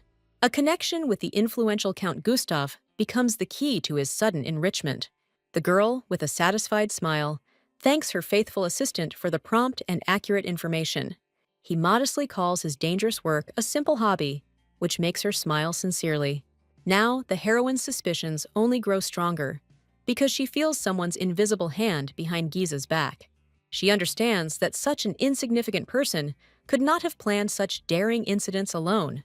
Behind the pitiful puppet lurks the mysterious Alice, the real master of this sinister game. Now, knowing the name of the enemy, Sophia is ready to pass on new, decisive information to her knight. The heroine studies the report on the social events organized by Guys with icy calm. The news that he is brazenly spreading rumors about their affair leaves her shocked and furious. They are both stunned by such audacity, not understanding what kind of game their enemy is playing. Her companion explains bitterly that thanks to money, people began to listen to empty gossip. The faithful knight, burning with jealousy, demands a refutation of the vile lie, amusingly frightening the girl. Sophia smiles wickedly, suggesting that she use Giza's obsession for her own purposes. She casually shows off the dinner invitation she has already received from the scoundrel. The girl stuns her protector with the news that she has already agreed to meet with the enemy. Her memory flashes back to everyone who suffered at the hands of the villain, who discredited her company and wounded Maya. She is determined to personally break into the beast's lair to obtain evidence of his guilt. Her defender anxiously clarifies the date of the dangerous meeting, and the girl's cold response only increases the tension. Burning with rage and anxiety, he declares that he will not let her go into the beast's lair alone. In the heart of enemy territory, she is relieved to realize that her camouflaged guard has gone unnoticed. Playing the role of an enchanted simpleton, the heroine skillfully sets her nets, admiring the imaginary successes of Guys. Hooked by flattery, the smug fool puffs himself up with pride, boasting of his achievements. He leans in conspiratorially to reveal the secret about his mysterious patron, and the girl feigns shock. Overcoming her disgust, she allows him to violate her personal space in order to obtain valuable information. Her faithful knight is ready to rush to her aid, but she stops him, seeing this as an ideal opportunity. Smiling seductively, Sophia agrees to hear him out in private, anticipating receiving decisive evidence. Completely fooled, Guys leads her to his secret place, unaware that he is walking straight into a trap. Giz, with the delight of a maniac, promises to show her a unique place, and Sophia plays along, feigning interest. He proudly presents her with the doll room, but her icy gaze already foreshadows a storm. Stunned by the bad taste, she sarcastically asks if this is his secret passion. Her face hardens as she begins to guess the sinister purpose of this room. With a disgusting grin, he announces that this golden cage was prepared especially for her. The girl is furious at his statement that he is going to protect her from all dangers. She, with a predatory smile, clarifies what dangers he is talking about, luring him into a trap. The scoundrel smugly hints at the rumors he himself spread when offering his help. Sophia coquettishly praises his knowledge, causing him to let down his guard under her flattery. He winks smugly, boasting about his sources, not realizing that his game is up. Sophia sees through his pathetic trap, continuing the game to find out the name of his mysterious friend. Maddened by his own importance, he offers to lock her in a golden cage, taking her company for himself. With a disgusting lust in his eyes, he promises to make her happy, revealing his true intentions. The heroine calmly puts him in his place, mentioning the need to consult with the company president, Maya. Guy speaks disdainfully of her friend, calling her incompetent and unworthy of her attention. He arrogantly humiliates Maya's family, contrasting her low origins with his noble blood. In his delirium, he proclaims himself the only worthy man next to her, and her patience snaps. Sophia's rage explodes in a crushing blow, cutting off his vile speech mid-sentence. With icy contempt in her gaze, she calls him trash, who dared to desecrate her friend's name. She fondly recalls how she personally invited Maya to join her company, as their friendship is priceless.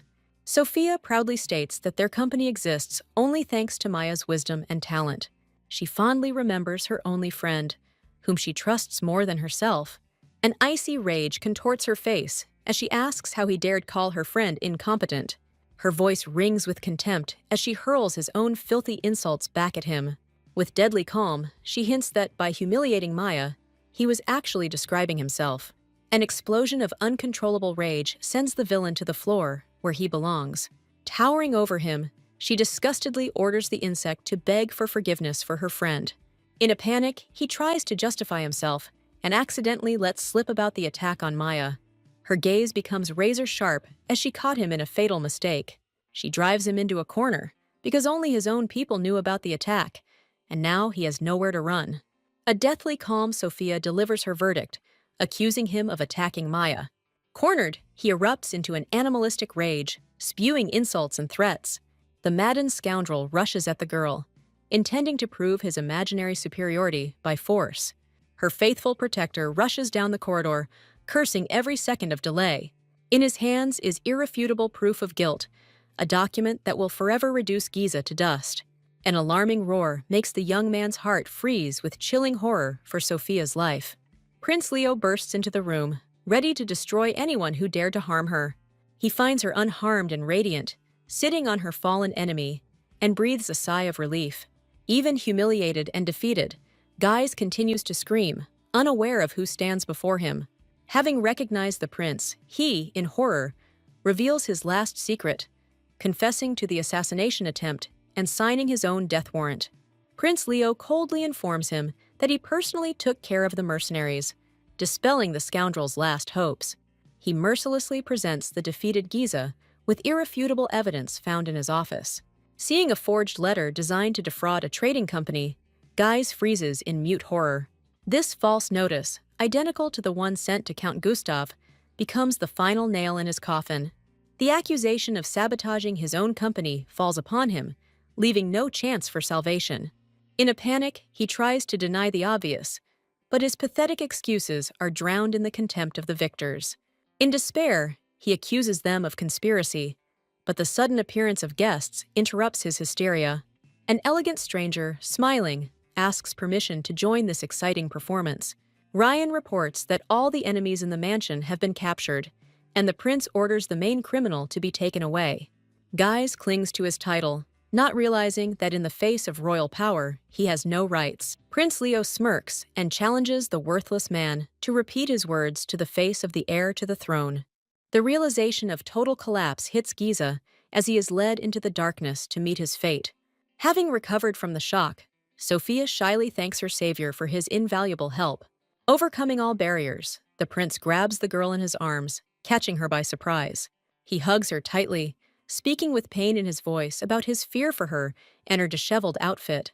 The heroine apologizes guiltily, but he only hugs her tighter, finding comfort in her closeness. She reassures him with a sly smile, boasting that the prince's self-defense lessons were not in vain.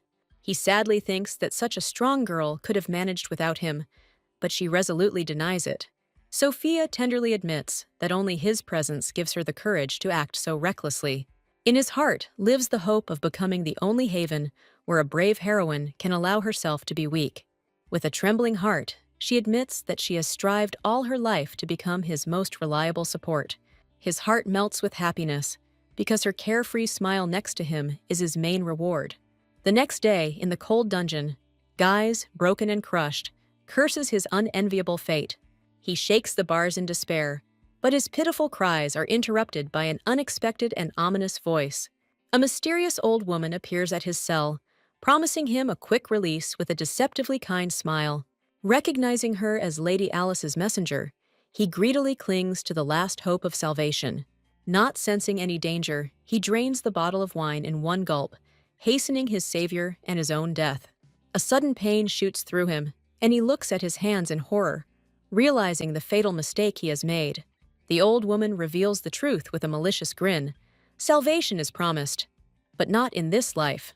In his death throes, he falls to the cold floor, and his killer silently disappears into the darkness. A loyal servant reports to Lady Alice about the cold-blooded elimination of an unnecessary pawn, Lord Guise. Alice sighs with annoyance at the failure of the plan to denigrate her sister, but her eyes glow with anticipation. With a crazy grin, she awaits the ball, the day of her triumph and transformation into a real princess. Maya, recovering from the attack, admires her friend with genuine delight before the ball. In a dazzling outfit, Sophia exudes confidence as she prepares for the decisive battle at the festival. The friends sadly say goodbye, but Maya convinces the heroine to enjoy the evening for the sake of Prince Leo. The appearance of the powerful ducal family of Orvan causes a sensation, demonstrating their unshakable power. Lady Alice, in the guise of an innocent angel, evokes whispers and admiration for her deceptive simplicity. Despite the appearance of a rival, all eyes are on Sophia, the true queen of the evening. Guests are generous with compliments, praising the incomparable heroine's intelligence, beauty, and business acumen. Sophia notes with a satisfied smile that the dirty rumors about her have finally dissipated, giving way to the truth.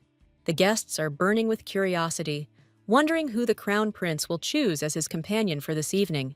The heroine, with the confidence of a queen, realizes that her status as the prince's bride predetermines her great future. Prince Leo, with anxiety and tenderness, searches the crowd for her, the only one who occupies all his thoughts.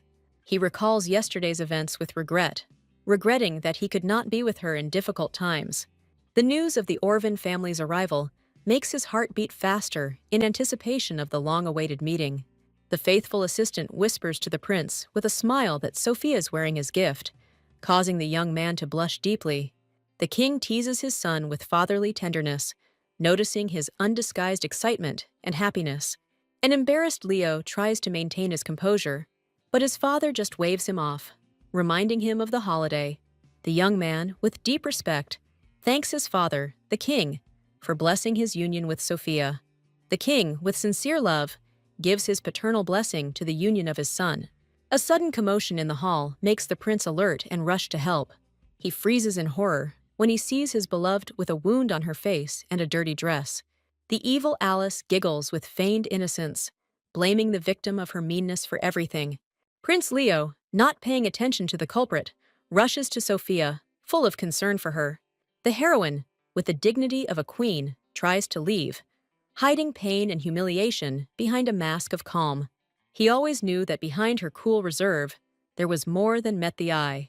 The young man does not doubt for a second that her envious stepsister is behind this vile intrigue. For him, neither titles nor gossip are important, but only the fact that his beloved needs him now. In order to be useful to Sophia, he will do anything and move any mountains without hesitation. The guests' hypocritical sympathy gives way to envious whispers about the Grand Duke's generosity towards Sophia. The triumphant return of the brilliant couple leaves everyone speechless, striking with its beauty and unity. The king greets the guests with his commanding voice, and a solemn silence reigns in the hall. He intrigues everyone, promising another joyful announcement that will change the fate of the kingdom. Their gazes reflect love and long anticipation, because the hour of their shared triumph has finally arrived. Ghosts of a past full of pain and humiliation momentarily darken her happiness, reminding her of the price of this victory, but she faces her future with a smile, ready to pay off all the debts of the past forever. The poisonous whispers of her envious sister from the past only strengthen her determination to take back what is rightfully hers. At the very height of the celebration, the king brings the main intriguer onto the stage, introducing Alice to the entire court. Leo listens in bewilderment to the eulogy of Alice's holiness, feeling the icy breath of lies and deceit. Behind the king's hypocritical speeches about Alice's devotion, Sophia sees only one thing: her place next to the prince has been stolen. The monarch's words fall like thunder, announcing his son's engagement to the self-proclaimed saint, Lady Alice. The hall explodes with bewilderment, because everyone knows that the crown prince's true bride is Lady Sophia. Behind the shocked couple, Alice's face distorts into a mad and triumphant grimace of pure victory. Prince Leo, blinded by rage and pain from betrayal, desperately demands an explanation from his father. He declares to everyone that his only bride was and will be only Sophia, standing next to him. The king, with icy calm, challenges his son, questioning his loyalty to the crown and his father. Addressing his stunned guests, he prepares to deal the final, crushing blow to the heroine's reputation. A terrible prophecy escapes his lips, In the very near future, this woman will become a criminal. He accuses her of conspiring with the church and plotting against the royal family, signing her death warrant. Prince Leo is furious and demands proof, as Sophia's loyalty to the crown and country is undeniable and pure. The king, with a devilish grin, declares that he has a witness whose power is capable of seeing through any lie. He calls Alice Orwin this all-seeing eye, presenting her as a source of irrefutable truth. Sophia asks for the floor with icy calm, preparing to shatter this theater of the absurd. She challenges, asking how her sister, supposedly locked in the church, could know about her affairs. Archbishop Mikel of the Holy City suddenly appears and interrupts her, promising to explain everything. The guests are shocked, because in front of them is one of the pillars of the church, a powerful representative of the saint faction. The priest claims that for many years, on the orders of the Pope himself, he searched for the true saint. He declares Alice to be the reincarnation of the goddess, claiming that divine providence has led him to her. Alice, with an angelic smile, promises to lead the people, hiding her black soul behind a mask of holiness. The archbishop announces that Alice must complete her first mission before heading to the Holy City. Sviatosha hypocritically claims that her divine gift allowed her to see her sister's insidious plans. She rushes to Sophia with crocodile tears, assuring her that she betrayed her only for her own good. Like a snake, she wraps herself around her sister, begging her to come to her senses before it is too late. But behind the mask of repentance lies a mad grin, anticipating complete and final triumph. The king, dazzled by her performance, gives his verdict, blessing his son's engagement and sealing it with his will. Prince Leo, unable to bear this betrayal, looks at his father with fury, not believing what is happening. He turns to his beloved with tenderness and pain, seeking an answer and support in her eyes. Sophia looks at him with one last hope, and her silent question hangs in the tense silence. With unwavering faith and love in his eyes, he answers without hesitation that he believes her, and her alone. Gathering all her will into a fist, Sophia turns with icy contempt to the king and her treacherous sister. She falls dramatically to the floor, declaring that accusations about something that has not yet happened are pointless. Alice rejoices internally, reveling in her sister's humiliation and her own, as it seems to her, complete victory. But the heroine, with a devilish grin, warns them against future remorse for their fatal choice. With her head held high, she leaves the hall, leaving behind a trail of shock, bewilderment, and fear. Sophia's self-confidence baffles Alice, but she chalks it up to the pathetic behavior of a loser. The villainess's face is distorted by a mad grimace, because now, finally, everything belongs only to her. Prince Leo, in a rage, tries to break through to his father, demanding an audience, but is stopped by the guards. The young man finds himself trapped, locked and powerless in front of closed doors, and his father's betrayal. Desperate but not broken, he calls on his faithful assistant Ryan, ready to begin his game. Prince Leo is jokingly frightened by his elusive assistant, who moves silently, like a ghost. Ryan is surprised by the young man's outward calm, but he simply brushes off his remark. However, behind the icy mask, the assistant hides the same pain from the betrayal of the one he trusted. Burning with rage, the young man rushes after his father, desperately demanding an explanation for his monstrous act. The king cuts his son off with icy contempt, declaring that he will not tolerate rebellious pawns in his game. He gives a merciless order to lock up the crown prince, and Ryan, bowing his head, obeys. The young man, with pain in his voice, accuses his assistant of knowing about the king's plans and remaining silent. He desperately warns Ryan that this decision will destroy the country, handing it over to the power of the church. But he, with cold detachment, declares that his loyalty lies only with the king and not with the prince. Leo, with fury and contempt, throws in his face the accusation of thoughtless and slavish obedience. Ryan leaves the prince with an inscrutable face, leaving him alone with his pain and broken hopes. Left alone, Leo bitterly realizes that he has been betrayed by those closest to him. His only light in this darkness is the image of Sophia, and he prays only for her safety. The next day, chaos and confusion reign in the trading company after the scandalous news. The staff are horrified as they discuss the appearance of the self-proclaimed saint, and her rise above their mistress. Maya is furious that the world has so blindly believed this lie, forgetting about the true goddess. But Sophia, with a disarming laugh, calms her friend down, preventing her from hurting herself in anger. Amazed by her resilience, Maya admires her mistress's fortitude, which did not break under the blow. Despite the difficult night, the heroine calms her faithful friend with tenderness and care. Maya's unwavering devotion gives Sophia strength and confidence that she is not alone in this battle. The friends join forces, and Sophia confidently declares that she completely relies on Maya. But the heroine's thoughts are occupied by the fate of Prince Leo, locked away, awaiting a forced marriage with Alice. She understands that if her lover does not break, he may be forced to marry the impostor. Sophia realizes with disdain that the king fears her growing power and is trying to eliminate the threat to his throne. Maya reveals her connection to the Saint faction, which generously sponsors the king. However, the successes of the other faction supporting Sophia cause envy and irritation among their enemies. The heroine realizes that the king and the Saint faction have formed an alliance to destroy her and her supporters. Their devious plan began with elevating Alice to sainthood to facilitate her marriage to the prince. She admits with chagrin that they underestimated what a thorn this false saint would prove to be. With a cold glint in her eyes, Sophia announces that it is time to act, and Maya already knows. She has a plan. A week later, Sophia and Maya arrive in the Holy City, preparing for the final and decisive battle. They are met by Archbishop Faust, their faithful ally, whose eyes show anxiety and fatigue. Sophia notices with pain how exhausted he is by this unequal struggle for truth and justice. The sudden appearance of Alice, feigning surprise, makes the heroine tense, expecting a new meanness. The impostor mockingly offers to listen to her prayers, but Sophia coldly rejects her hypocritical offer. Alice, with a malicious grin, states that she knows about her pain over the loss of Prince Leo. She triumphantly announces that soon not only the groom, but also Sophia's entire company will belong to her.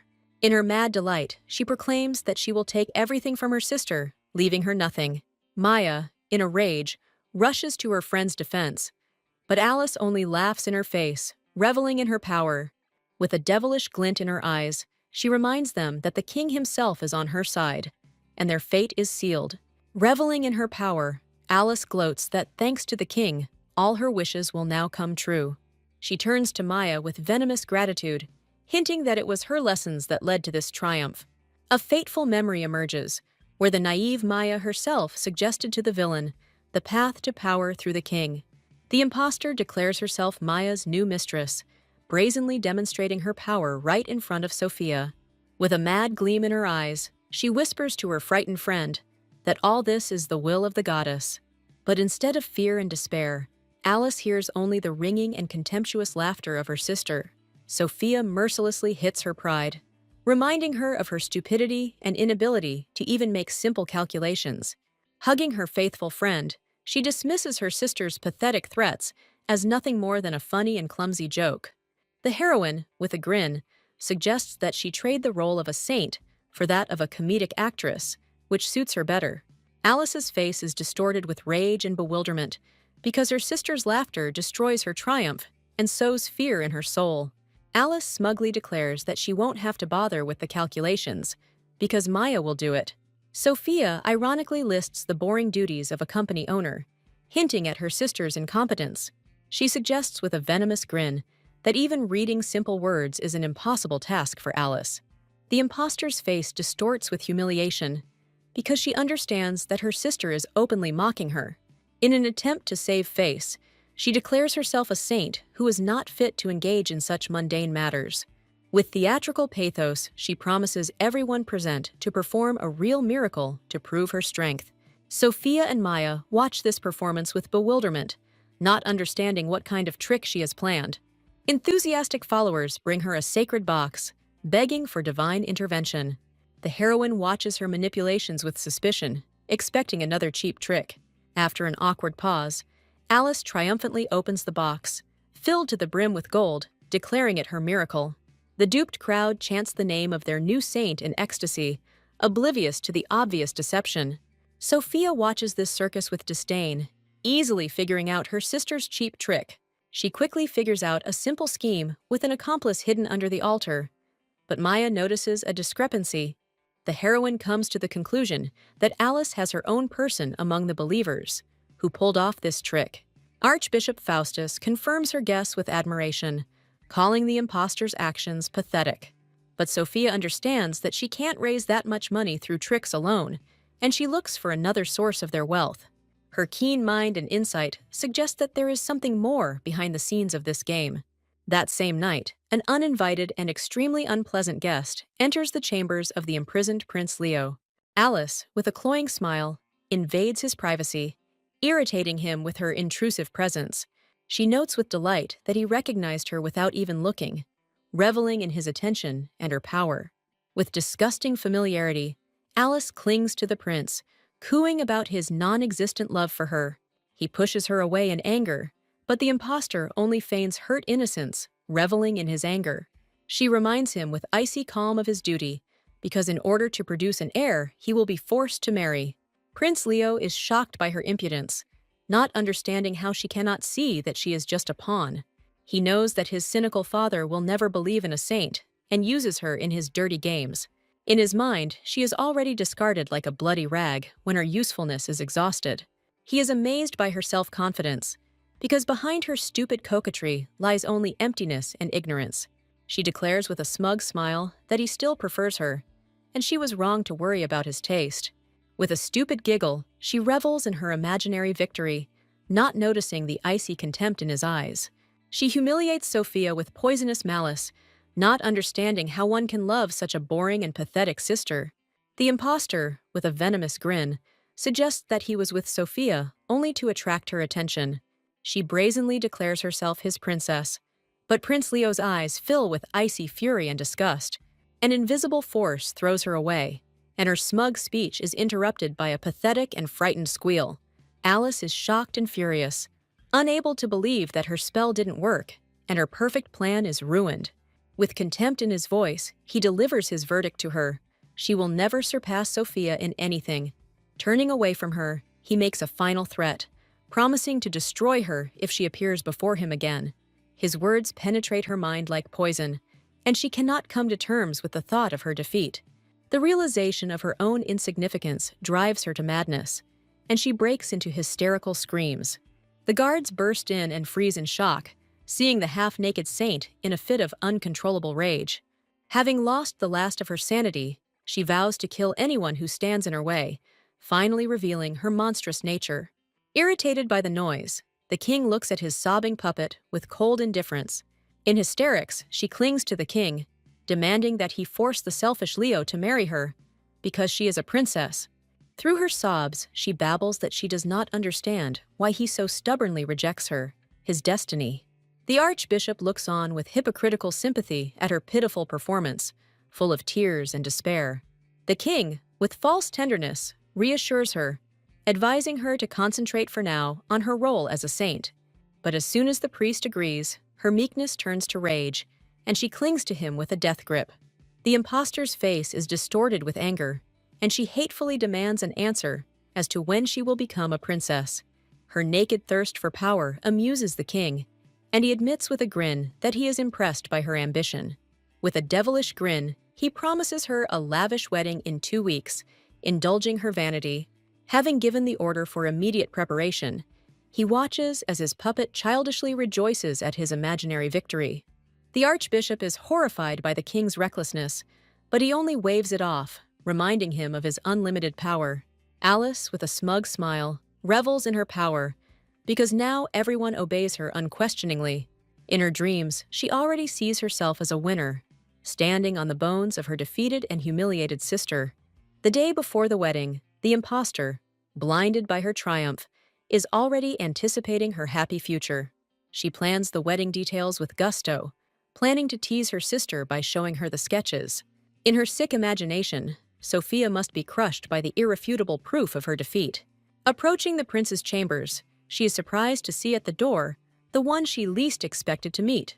Ryan, the king's loyal servant and Leo's jailer, stands in her way, and she tries to understand his motives. She decides that he is on her side, because it was he who helped the king separate her sister from the prince. She addresses him with false politeness, unaware that this man is the key to her downfall. Reveling in her supposed triumph, Alice tells Ryan of her goal, but his calmness alarms her. He explains his visit with a deceptively polite smile, subtly hinting at the prince's silent resistance. The impostor, with a mad laugh, calls Leo a fool for not obeying her will and the will of the king. Suddenly, the mask falls and Ryan's icy gaze silences her, sensing the hidden threat. His sudden change frightens her, and she babbles pathetic excuses to try to hide her fear. For a moment, he appears before her as an ominous shadow, and her heart freezes with primal horror. Trying to regain her composure, she arrogantly declares that any man would be happy with her. Just as quickly, he becomes kind again, leaving her alone with her illusions and his secrets. She remains completely bewildered, alarmed by this strange man, whose motives are incomprehensible to her. On the wedding day, the deceived people greet their saint with delight, unaware of the coming storm. In the wedding carriage, Alice revels in the adoration of the crowd as they greet their false saint. A fake groom stands next to her, because the real prince still rejects her, ignoring even her choice of dress. Blinded by vanity, she sees in this farce proof of her long-awaited transformation into a princess. The hypocritical blessings of the king and the church convince her that she has become the happiest in the world. But behind the angelic smile lies a devilish grin, anticipating unlimited power and permissiveness. Sophia's sudden appearance takes her by surprise, but she quickly puts on the mask of a surprised sister. She approaches the heroine with venomous kindness, expecting to see her broken and crushed by grief. Like a snake, she hisses in her face, calling her a coward who dared to appear at her own shame. Even their mother is horrified by her cruelty, but Sophia only smiles mysteriously and calmly. With disarming grace, the heroine congratulates her sister on her wedding, admiring her outfit and its complete failure. Alice boasts about her tasteless dress with a smug grin, trying to humiliate her sister, but Sophia strikes back, subtly hinting that this outfit is completely not to Prince Leo's taste. She points out with venomous tenderness the main mistake. The prince didn't even participate in choosing the dress. Having lost her composure, the impostor panics and urges the archbishop to begin the ceremony in order to hide her shame. The priest, trying to save the situation, begs his saint to perform a miracle and calm the raging passions. With theatrical delight, Alice addresses the crowd, promising to make everyone happy with her divine gift. She is preparing to repeat her cheap trick of the gold appearing, hoping to dazzle everyone with her miracle. To the rapturous sighs of the crowd, she triumphantly reveals a chest filled to the brim with false wealth. The duped guests are shocked by such a quantity of gold, mistaking the clever trick for divine providence. With a victorious grin, Alice challenges her sister, declaring that her strength and charisma are inaccessible to her. With a devilish grin, Alice suggests that her sister crawl for the fake gold, reveling in her humiliation. Sophia praises her sister's nobility with venomous sarcasm, but declares that she cannot repeat her trick. In a word, she ruins the entire performance by declaring the coins to be counterfeit. The chest containing the fake miracle bursts into flames.